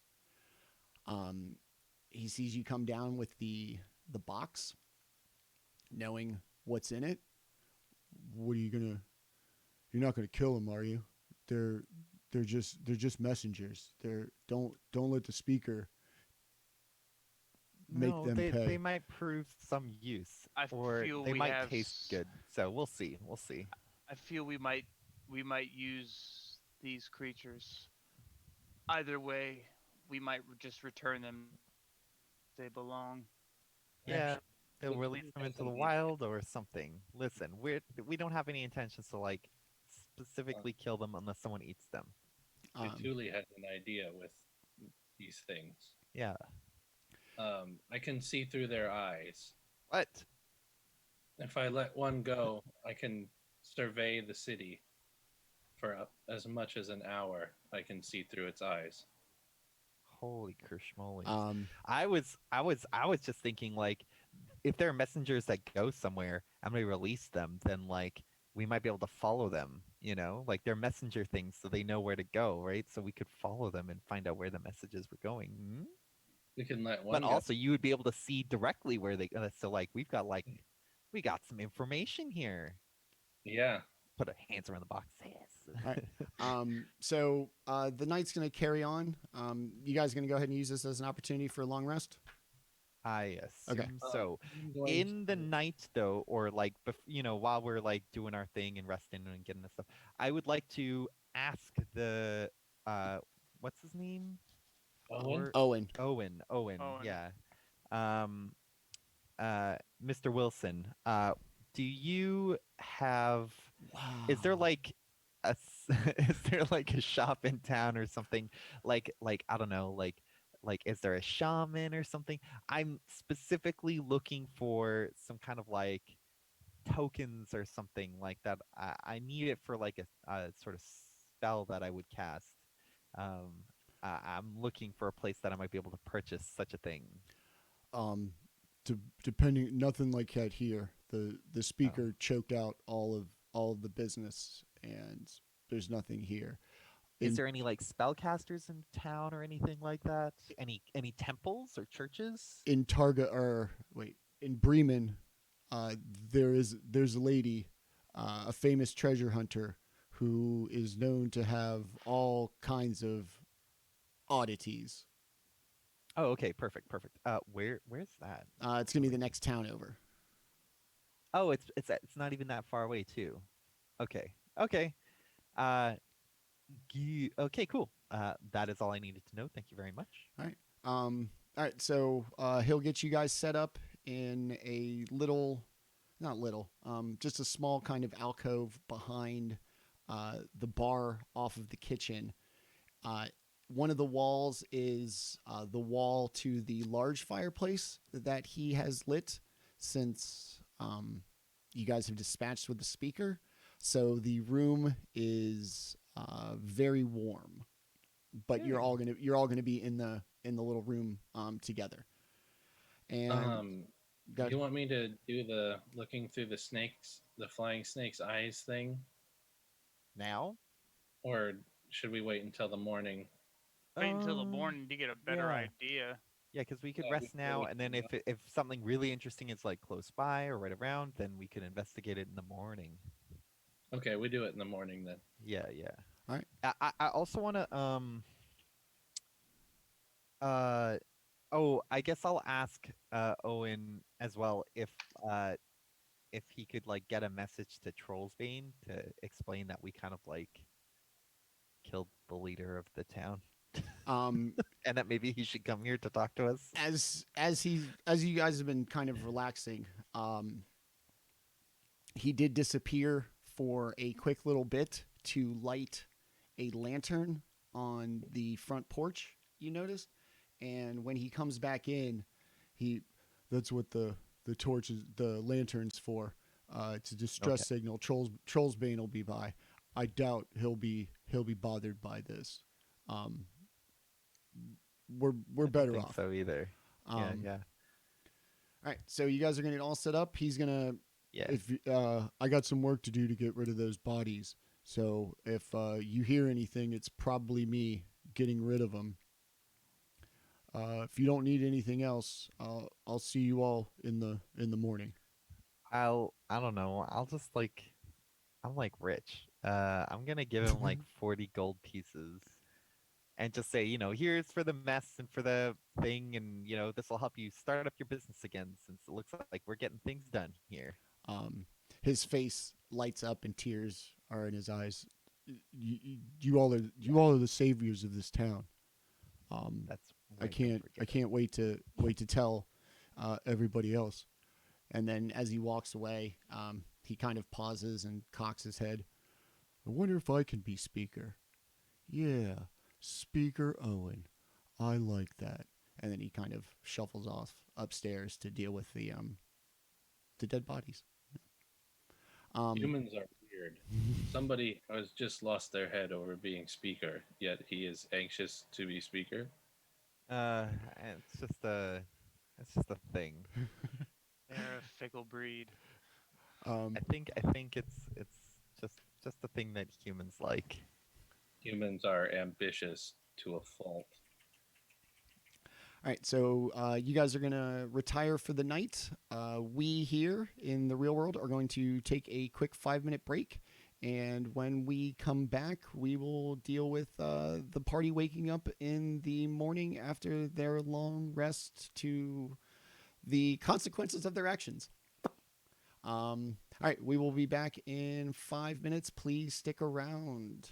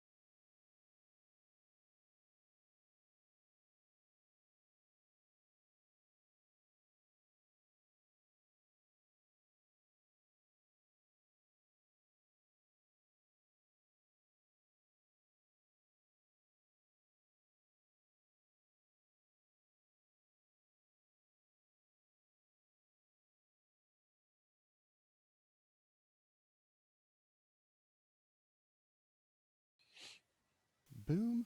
All right, and we are back after our little break. The party has taken their long rest in the Luskin Arms Inn with their host Owen, whose major problems the party just solved by killing the speaker, his lieutenants, and in a roundabout way, kind of dissolving the city guard, completely destabilizing the local government. Yay! Yay! We're heroes, Patrick. We saved the city. Save the city. So the morning comes. You guys are all in the same room. You hear the kind of shuffling of Oops. Owen in the kitchen, and outside you hear kind of a muffled conversation of two familiar voices. So we'll go around. What's everybody doing when they wake up? Whoever wants to go first. Whoever got up early. So I'll go first. Are we all staying in the same room, or Yes. Yeah, we're Okay. all in the same, like a little like larder pantry style room kind of thing. Yeah. So last night, having seen that we were all gonna stay in this room, I kind of like made my corner-ish thing. I put my cloak down and I sat on it, and I took the bag of teeth that I took off the hag, and I kind of like held it in my hands, and I went into a trance. But this time, when I went into a trance, you saw this dark blue, light blue energy kind of like swirling together, and these like tendrils start like coming off of my body and my arms and the rest of me. And I just kind of like sit there, and I am attempting to make contact with my master. And I want to say, Master, it's been some time since I've seen you. I feel I know why you've sent me to this place. I don't know why truly it is. I don't know where I am, but I feel you have sent me here for this purpose. These people here seem truly lost in their ways with nothing to believe in.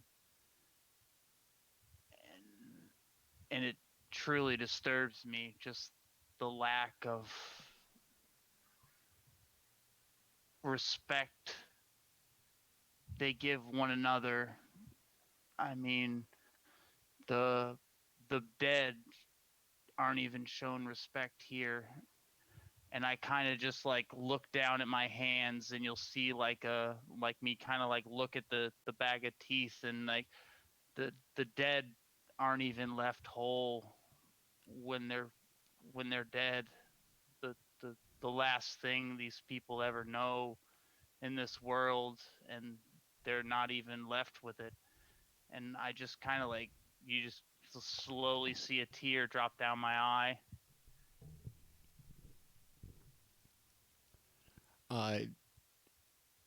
In a personal message in the Discord is going to be the spirit's response to you. You're going to be the only one that hears it. If you would like to share it with the group, that's going to be up to you. I just hit you in a DM in the Discord, so that'll be what your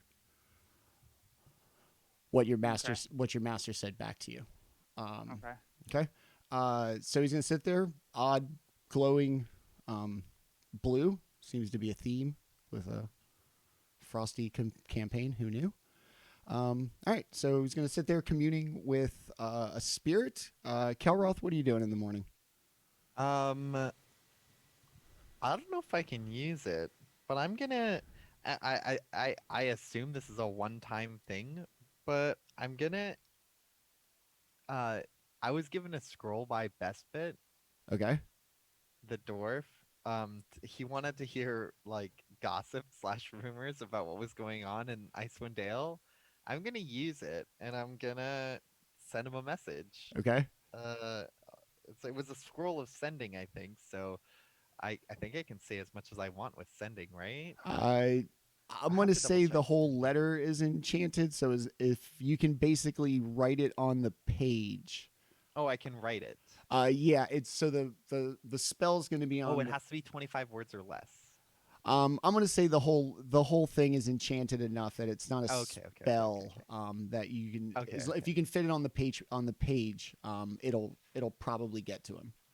Okay, then I'm just gonna like make a brief outline of like that things are pretty bad up here, that there are like burnings, like ritual burnings. I'm gonna tell them about uh the lost uh battle hammer iron that was given back to one of the towns, and like just kind of like the lottery. There's like, just kind of give them a brief overview of our adventures so far.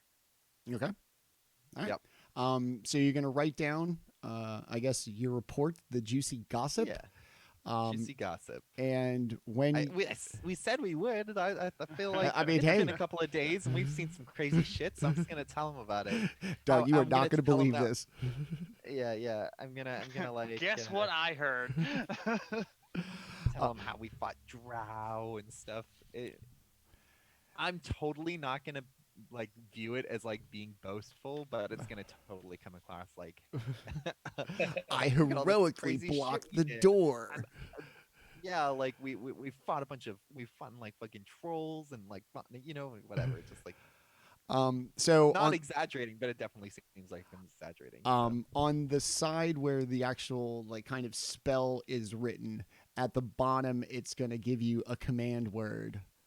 That's basically just going to be send. So when you're done writing, give the He sent you a text. give the command. Yeah, I'm basically sending him a text message. So there's no like how like sometimes you get a text message, but because there's no like emotion in it, you can't tell if somebody's being sarcastic or lying or whatever. So you're just like, that's what I'm sending. Do you want to put And- emojis in it just so so he gets a tone? And it's like it's in Dwarvish, I guess, like the thing. So I'm gonna do my best to read it. I think it says "uwu," so I'm like, you guys see me have this awkward time with this letter in the corner. I'm trying to like write out this letter, and I'm like trying to say Dwarvish. I don't know how to speak it. All right. So whenever you're ready, just say send out into the world. There we go. Send that. The scroll It makes is it go. Phew, the kinda scroll is going to fold in on itself and Oh. poof, just into nothing. Okay. And Bye bye, scroll. that's going to I have hope he sense. appreciates the gossip. Jaatuuli, good morning. I turn back to the group real quickly and I just say, I feel really young. Gosh, I feel really young. Is this people do this normally? I guess I don't know. Anyways, Take it selfies. Gonna post now. Felt cute. Might delete later. All right, Lizard Man. Good morning. All right, Lizard Man wakes up and kind of looks concerned for a second and goes, cheekbone. And flicks it into the corner of the room, grabs his axes and pops his back. Now we get meat. More meat. And he'll get up and start walking towards the door. The smell from whatever Owen's got cooking in the cauldron fills the room, and it smells glorious. And as Jaatuuli cracks the door to open it, you almost think you hear joyful whistling coming from without the room. And all right, little guy, tell us what's going on in the morning. So Orryn managed to get halfway through the horde before he passed out. Sometime during the night, he noticed that someone must have drug him off the table. It was me. Jaatuuli must have drug him. So he woke up with a lot on his mind and made some modifications to his armor before he fell back asleep. He still wakes up with a hangover. He's still not feeling good. He's like, "Hey guys, look at this thing I did last night." And then he puts his hand on his armor that he had made the modifications to, and it's almost like the armor becomes animated. But as it animates, it just starts to surround him, and then before you know it, he has the armor on him without having it on. He's like, "Now when I'm drunk, you don't have to worry if I can be ready for battle, because I drank a lot last night."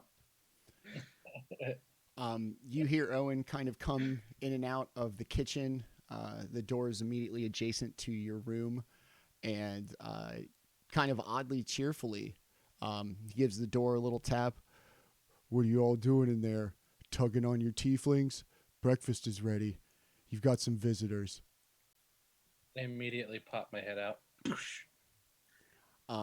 As you poke your head out the door, two familiar dwarves are seated at the table where the guards were the day before. And it's your boy Trollsbane and Kessel having some ale over breakfast. Orryn kind of almost gags. Like, I'm gonna stay away from the ale for the moment. Owen looks at Orryn. "I saved the rest of your horn. It's on the bar. It might be flat." Please no. Just some juice, please. A little hair of the dog make you feel better. "Suit yourself." And just need some bread. You see him. You see mimosa. Owen just glug glug glug glug glug glug. Quite an impressive chug for a man. Wonder how Orryn even drank as much as he did the night before, for how much was left in the horn. Kessel and Trollsbane kind of beckon you over to the table with large smiles on their faces. Trollsbane looks up at you. "So, how was your night?" Very as well. Yeah. You don't have to worry about me. Me and Owen, we already worked it out. The bodies are in the river. Nobody will ever hear from them again, and we'll get this town back to where it should be. Kessel here has promised to stay and to help be the guiding light of this town now that his brother's gone. Honorable. We wanted to say farewell for now. Him and I are going to escort his brother's body to the mountains so that they can be properly interred, befitting of a dwarf of his bravery and his honor. Before we go, Kessel wanted to say thanks and give you a little gift. Kessel looks up, tears in his eyes. I'll never forget what you've done for me. You saved me from those dogs, those kobolds. You helped my brother, and I can't thank you enough. But this ugly world, I just can't do it anymore. I'm gonna stay, and I need you to do me a favor. The axe speaks. I can't just keep him penned up in the stables here. If gonna feed them to Jaatuuli. if you would be so kind, I'd really appreciate if you took them with you. They hate the sled. They were built for a saddle.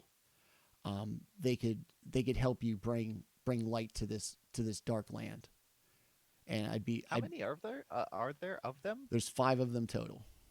Oh, that's unfortunate. I mean, okay. Wow. And you're planning to stay here? Yes. Yeah, my I you've brought a light to this town. This speaker's gone. My brother's been avenged. If I want to carry on for our clan, I need to continue doing what my brother was doing. And he gave his life to make sure these people of this town had a great life or the best life they could. It's my turn to give up being the selfish smuggler and the scoundrel and stay in and help people for once. Oh, that's very honorable of you. I think that we'd be more than happy to use your axe beaks, but we'll always be back. You can, if you've got a stable for them or something, you'll be able to see them again now and then. I know you'll take care of them. They're fond of you. I have a feeling Maxima has a crush on your friend here, and he points to Jaatuuli. And Maxima was the large alpha female who was the leader when they were hitched to the sled. Yeah. You guys have some breakfast. We'll have a chat, and then I'll get them ready for you because I imagine you probably don't have much more left to do in this town. I mean, maybe not for the moment, but we'll take care of some things before we leave. Maxima will be my trusted steed. And can't wait to ride someone down. I mean, yeah, I didn't mean that. Easy, Jaatuuli. I did. Easy. So Orryn just imagines Jaatuuli with the two axes, just like. So Owen comes out and actually has a seat with everybody. He's brought out smaller tankards of the dark foamy ale from last night. Looks at Orryn. Fruit's not easy to come by. Best I could do is coffee. Does that work for you? Yes, yeah, that would be great. Thank you so much. Very well. When I'm done with this tankard of ale, I'll get you your coffee. And he raises his glass to the new style. to the new Targos, and him, Trollsbane, and Kessel, and anybody else who joins in, slams the mugs together, and you have kind of a quiet morning, little breakfast. As Owen is cleaning up, and Kessel excuses himself to go get the birds ready. Trollsbane kind of leans in. Are you going to check out the wizard's house before you go? Wizard's house? Question mark. He looks around, checks out the door. One of Lynn Harple's expedition. She had a house here. It's the big mansion down the street. Not a lot of people know it's here, and I didn't know if that's why you came. I just wanted you to know. Well, it is now. Wasn't exactly why we were here. But now we are going. I mean, we're always, we've got a great plan. We've got everything organized and orchestrated from start to finish. So this is like a bit of a detour for us, but we'll go check it out. Who knows? We might find some nice furniture. I just if you're gonna go, like I said, can't miss it. It's the old merchant's mansion in town. Perfect. Just be careful.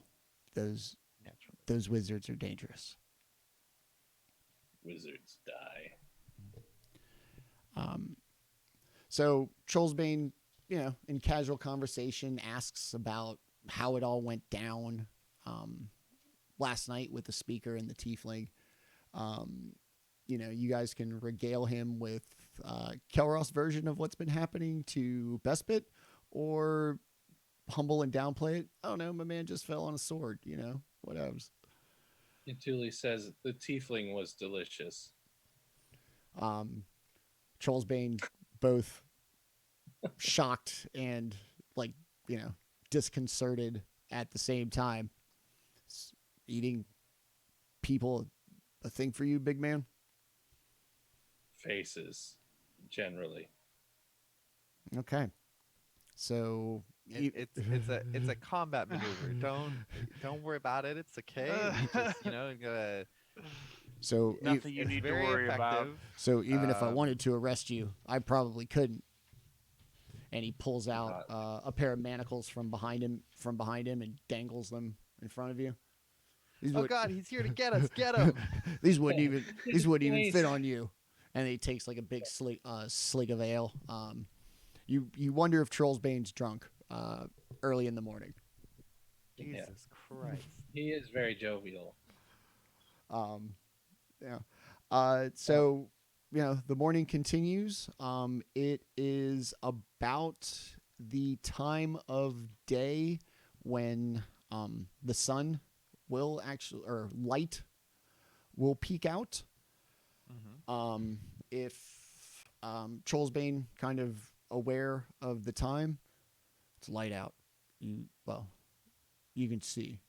If you wanna go do stuff and get out of here while you can see. I won't take Really? offense. Like, What was that? Yeah, I guess we're good to go. Yeah, Does I'm anyone gonna- else have anything they need to say or anything? I'm gonna just grab one of the snakes out of the box Oh, and touch it on its head, and my eyes go and turn pure white. And then I send it out the front door. All right. So hold on, I got to think for this. Boom. All right. So it's going to fly. Since you're from this area geographically, there are going to be certain landmarks that are going to stick out to give you orientation to where it's looking. So Okay.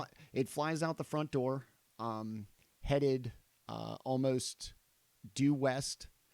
And as it climbs in the sky, you can see where the tundra ends and the sea of moving ice begins.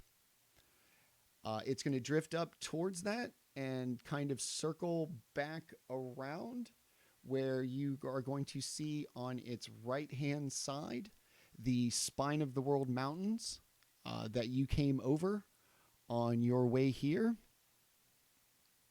It's going to fly just along the mountain line.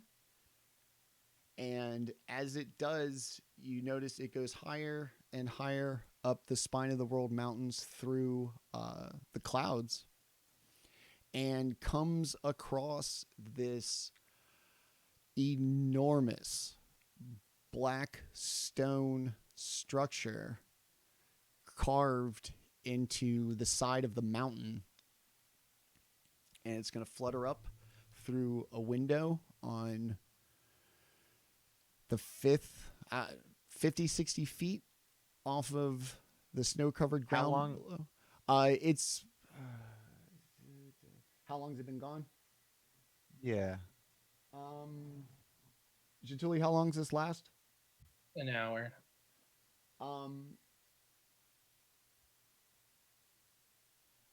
Yeah, without scale.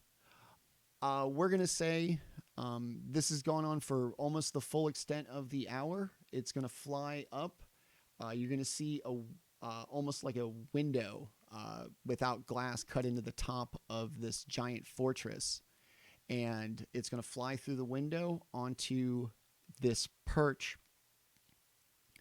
And it's going to sit there, and it looks, and you see an older, kind of hunched over figure with long white hair, a large burning fire in front of him, and floating above the fire, a giant crystal that looks like the ones that you found in the Cauldron Cave. The crystal's probably 80 to 90 feet tall, probably 10, 15 feet across. And inside of it, you see like a, I guess like a projection from the inside of fire and a shadowy horned figure trying to fight its way through the flames.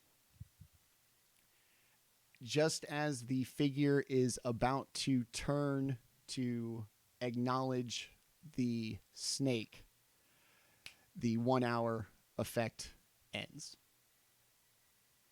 I snap back into reptilian looking. Oh boy. I'll go ahead and tell the party what I saw. Wow. That is probably bad. Yes, because That doesn't sound very good. Aren't the crystals how? Didn't we believe that Arl was being potentially powered by the crystals? We I know don't that know. we know that the crystals hold power. That's what we know. We know that they hold power. So a crystal that big is either valuable or dangerous. So I mean, either way. Yeah, I mean, well, all right. Well, that was some shit. I feel like that's good to know, but it doesn't. It does. I don't know if it really relates to anything It yet just shows you outside that of he like. was in. It just shows you that he was in contact with someone else. That he Yeah, was. yeah. That he was working with someone else. Who's probably much more powerful. Oh yeah, by the looks of that, Yeah, that was, yeah. way more powerful than this scrub was. Yeah. Or has a great realtor and can get fabulous mountainside Yeah. fortresses for cheap. The one-horned guard. All right. Well, I don't know if that's something we need to look into right now, but at least we know that it's there. There's lots of other miscellaneous things we have to do in the area anyways, or that we could do in the area that we don't have to, but you know what I mean. Like we could go check out that Let's go place check where out that mansion. well, we have Because the it's in mansion to check town. out, but we also could check out the apprentice's hut thing, and we also have that sunken boat that might have like treasure and like magic items and stuff Yeah, on it. all that stuff's out of town. Uh-oh. Was it If you me? want, Oh, or okay. we can Right, we leave could, no, town. the magic mansion's in town, but this thing is like up in the mountains, so like That's what I'm far saying. away. Yeah. Everything else is leaving town. So Yeah, either we yeah, can leave town and start something else, or we can, go to the mansion that he was talking I about. mean, we're here. We should check out the mansion, right? And then we can We do might that as like well. on our way out. Yeah, now that we actually have a means of transportation that's faster than foot, which is nice. Yeah, absolutely. That'll make getting around easier, definitely. So yeah, let's go to the mansion. Let's Okay. go check that out. Yeah, as we're leaving, I want to call out to Owen, but like if when he's like not looking at us, and I want to see if like he turns around and gives me like blue steel, like if he like. He's going to be kind of diligently stirring the pot, throwing in seasoning. Got a little wiggle to his cooking action. Okay. He does turn around when he realizes your attention and kind of gives you the wink and the gun. I was like, all right, nothing. That's okay, and I walk out. Okay.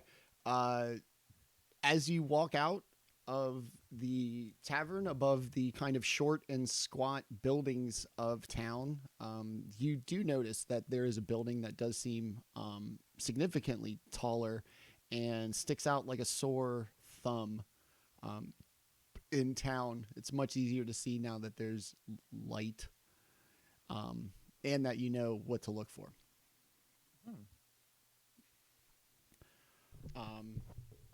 All right, so you're going to make your way to the mansion?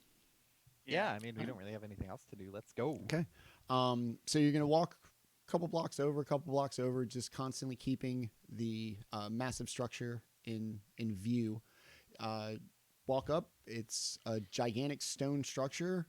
It clearly does not fit with the rest of the town for sure, and might be one of the nicer buildings you've seen in your time in Icewind Dale. The stone all looks beautifully mortared. There doesn't seem to be any cracks.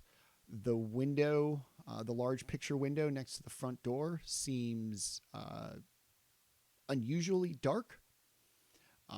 Maybe not from a lack of illumination, but from a purposeful effect. And on the front door, the front door is raggedy. Looks like just planks of wood. The hinges on it look somewhat suspicious. That there's no way they look like they could be holding up a door. Just they look so busted and rusted and corroded that you wonder how they're holding the door up. And on the door is a wooden plank in really messy carving that was colored in with charcoal. Wipe your feet, please.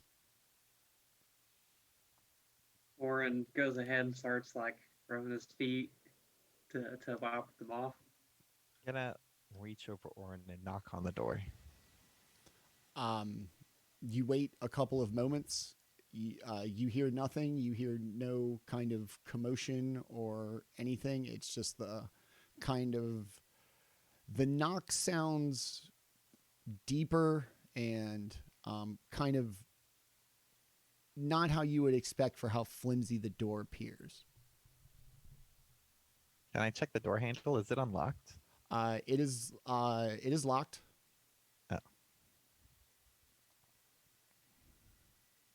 Well, it's locked. I guess we give up right now. Orryn says, maybe you have to wipe your feet first. Wizards are they're pretty particular. And then he knocks to see if there's an answer. After wiping your feet, you hear no discernible answer. But you do hear like a slight mechanical clicking sound coming from the side of the door where the doorknob is. Orryn will put his head against the wall to try to like zone in on it to see if he can figure out what it might be doing. Like if it's unlocking the door or if it's opening the door or anything. All you heard was a click. The doorknob is still locked, unable to be turned, and the door is still unable to be opened. Jaatuuli pushes everybody back, gives it a hard kick. Bam. The door has 0 give, and once again, you seem shocked by how kind of sturdy it was against how it looks. This is a magic door. Jaatuuli hates magic doors. Orryn says, we should all wash our feet or wipe our feet off, because I know I heard a click in there after I wiped my feet off. So maybe if we all do it, maybe it'll open for us. Okay. Assuming we're all agreeing to do this, I imagine we were gonna look really stupid as we're all like wiping our feet on this little mat in front of a door together. It's only big enough for one of you at a time. Oh, okay. Well, I will wipe my feet. You Not know, like really well. I'm just gonna like kind of, just give them a wipe. you persist a little longer than Orryn did, at a kind of much less vigorous tempo, but eventually you also hear a click from the door. I'm gonna take my shoes off and just kind of like put them to the left of the door. Okay. Are you gonna wipe your feet? Yeah, I'll wipe my feet, but I'm just gonna take the shoes off. Okay. The action of wiping your feet, same thing. A light little click. Yeah. Doorknob hasn't moved. Door hasn't moved. Just 3 clicks so far as Orryn, Baldr, and Kelroth have rubbed their feet on the mat. Jaatuuli does the same. Jaatuli's gonna wipe his feet on the mat. You don't wear shoes, do you? You just got big No, lizard he feet. wipes his claws. Yeah. Just have big lizard feet. Yeah. Like Godzilla. Polishing his claws. So for your more claws are going to kind of slashing. dig into the straw a little bit, pulling some grooves out. And after you have rubbed your feet, the doorknob kind of shifts, turns, the door cracks ever so slightly open, and despite the light of the day and the now open door, it appears almost pitch black in the little kind of crack that the door has pushed off of the frame. I will push the door open. Behind you, you hear a sudden voice. I'd be careful if I was you. You don't know how those wizards can be sometimes. And you're going to turn around and see a silver-haired woman with an eye patch and a cigar standing there. Why, hello, adventurers. I knew that I would see you again. Perhaps we should go inside and chat. I'm gonna like yelp and smash her in the ah! No. I mean, we know her, right? Yeah, Yeah, it's yeah. Flynn Her Hopper. and everything. Yeah. Yeah. It's the lady that looks like she would be an Arl worshiper. Yeah, exactly. Every time I think about her, I think she's an Arl worshiper, even though she implies she isn't. I mean, we did see her burn somebody, or at least watch somebody get burned. I that she mean, we've all basically- wanted to do that to coworkers at one point in our lives. Sure, I suppose. Yeah. I guess that's the Dungeons and Dragons equivalent. You just do it. Yeah, right.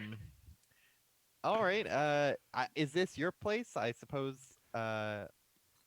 This belonged to my most junior member of my expedition. I was coming to see what she may have left behind in her absence. I'm gonna like very cautiously reach out. Is she like an illusion? Is she there? So you do reach out. Like I'm like gonna accidentally touch her breast. Just like really awkwardly, like oh, you're real. Excuse me. yeah, I was just like I didn't really like. Did she teleport behind us? Is she like like my character is genuine like I'm gonna reach out for her as you reach out towards her, basically just to touch a non-offensive part to her. She reaches out real quick and slaps your hand down. Oh, Jesus. What do you think I am, darling? A figment of your imagination? I don't know. You're magic. I didn't know if you were an illusion or a teleport. I don't know. Yeah, okay, let's go. Orryn is sitting here, like he's on the ground, like rolling, laughing at this. Jeez. I am a lot of things, my divine devotee. But most of all, I am cold. Shall we step inside and chat? Yes, let's do so. She I just like look over to like Jaatuuli. I was like, I didn't think she was real. she'll cast Mage Hand and push the door open. It still looks entirely black. She's gonna put her arm up and go, "Why, you first." We are Jaatuuli first, then. All right. Grab my shoes and move in. I'll cast light on Jaatuli's I don't know, hand. We Okay. got axes, kale, all kinds of stuff. Yeah, so your hand is now glowing bright with light. 20-foot radius of bright light. So as you're gonna hit him before he goes through, Mhm, and you're gonna kind of see him walk. The light is gonna cast. It's gonna illuminate the streets beautifully because it's it's still dark. And as he kind of walks through the threshold, the darkness is going to completely envelop him, and he's going to basically disappear almost through like a membrane at the right where the like the threshold to the door is. Fuck 'em. Okay, he's dead. Orryn says, "No, it must be the darkness spell," and he kind of just like jumps through, like a kid. No, not Orryn too. Oh. Valin's still standing. All right. She's let's, still let's go standing there. inside. After you, my 3 sturdy adventurers, and she's gonna kind of make a move towards you, with her kobolds in tow, signifying that she too is ready to go through the door. Oh, personal space. All right, I'll go in before her. All right. Yeah. All right. So you 3, or everybody, is going to pass through just the most abject darkness that you've ever seen. You're going to go from this frigid cold. Your body's going to suddenly become warm and at ease. And that's where we're going to leave it for tonight. We're dead. Roll new characters. So we're all dead. So yeah. All right. The Fell into a hardcore trap. See you Dungeons later. and Dragons. You're dead. God, you guys, that was easy. You just walked right into it. I mean, Yeah. Well, Orryn, he came from Silvery Moon with a bunch of wizards, so I just assume that he assumes that it's just a darkness spell or something.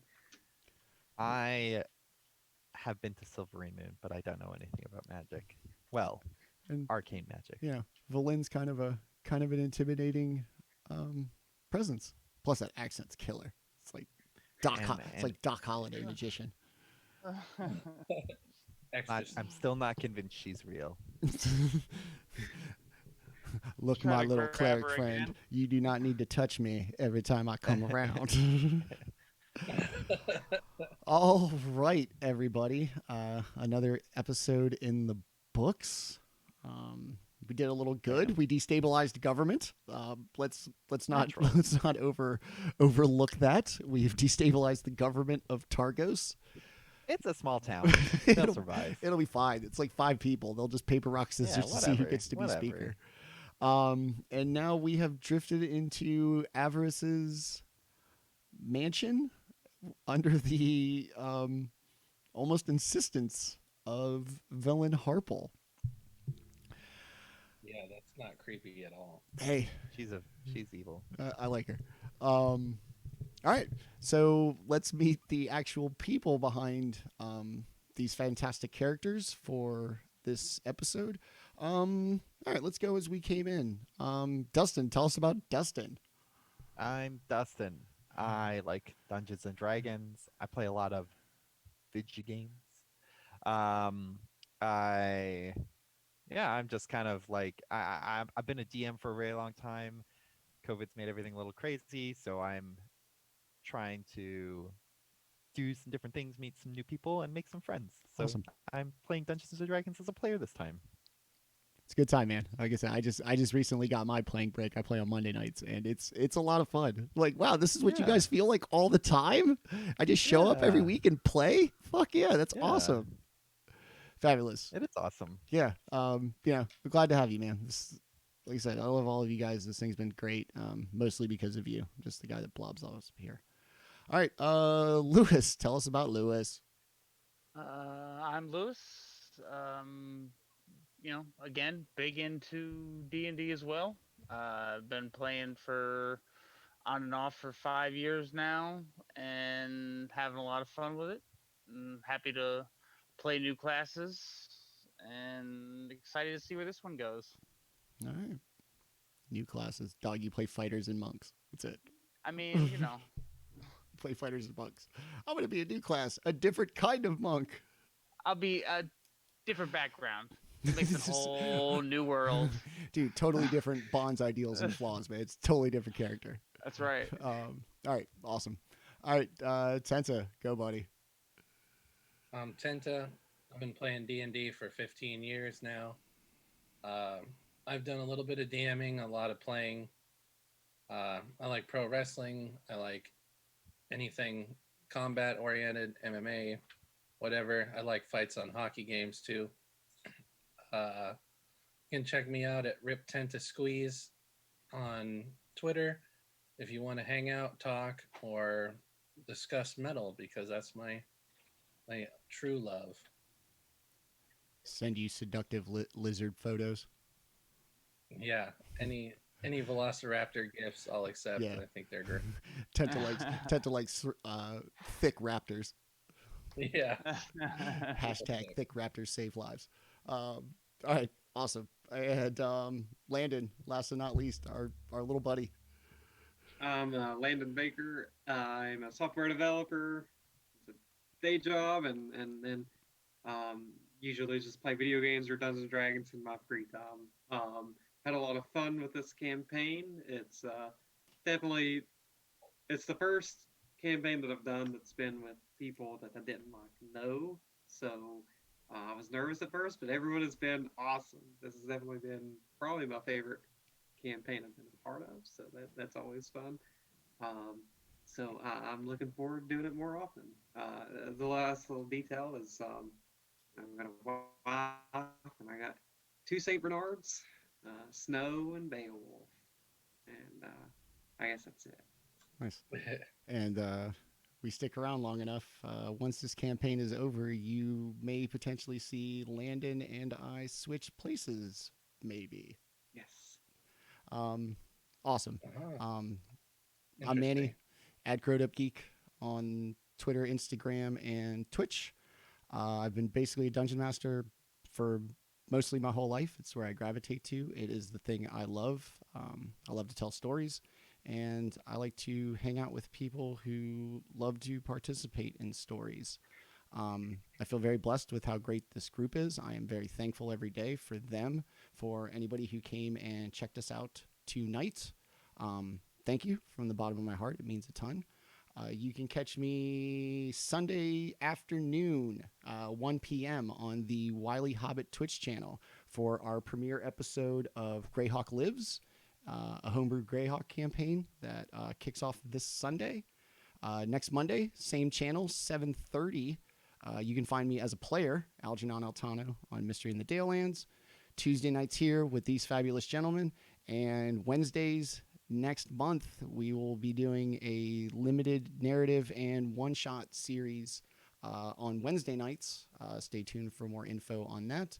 A Fey Wedding, an attack on Mount Celestia, and some things out of the Candlekeep Mysteries, just so we can cycle in, meet new players, give everybody a chance to play, and run some really cool things. So stay tuned for that. Everybody, thank you very much for watching tonight. If this is your first time, appreciate you checking out. If you've seen us before, thanks for coming back. We will see you all next week. And thank you, everybody, very much for watching. And good night. Thank you, guys.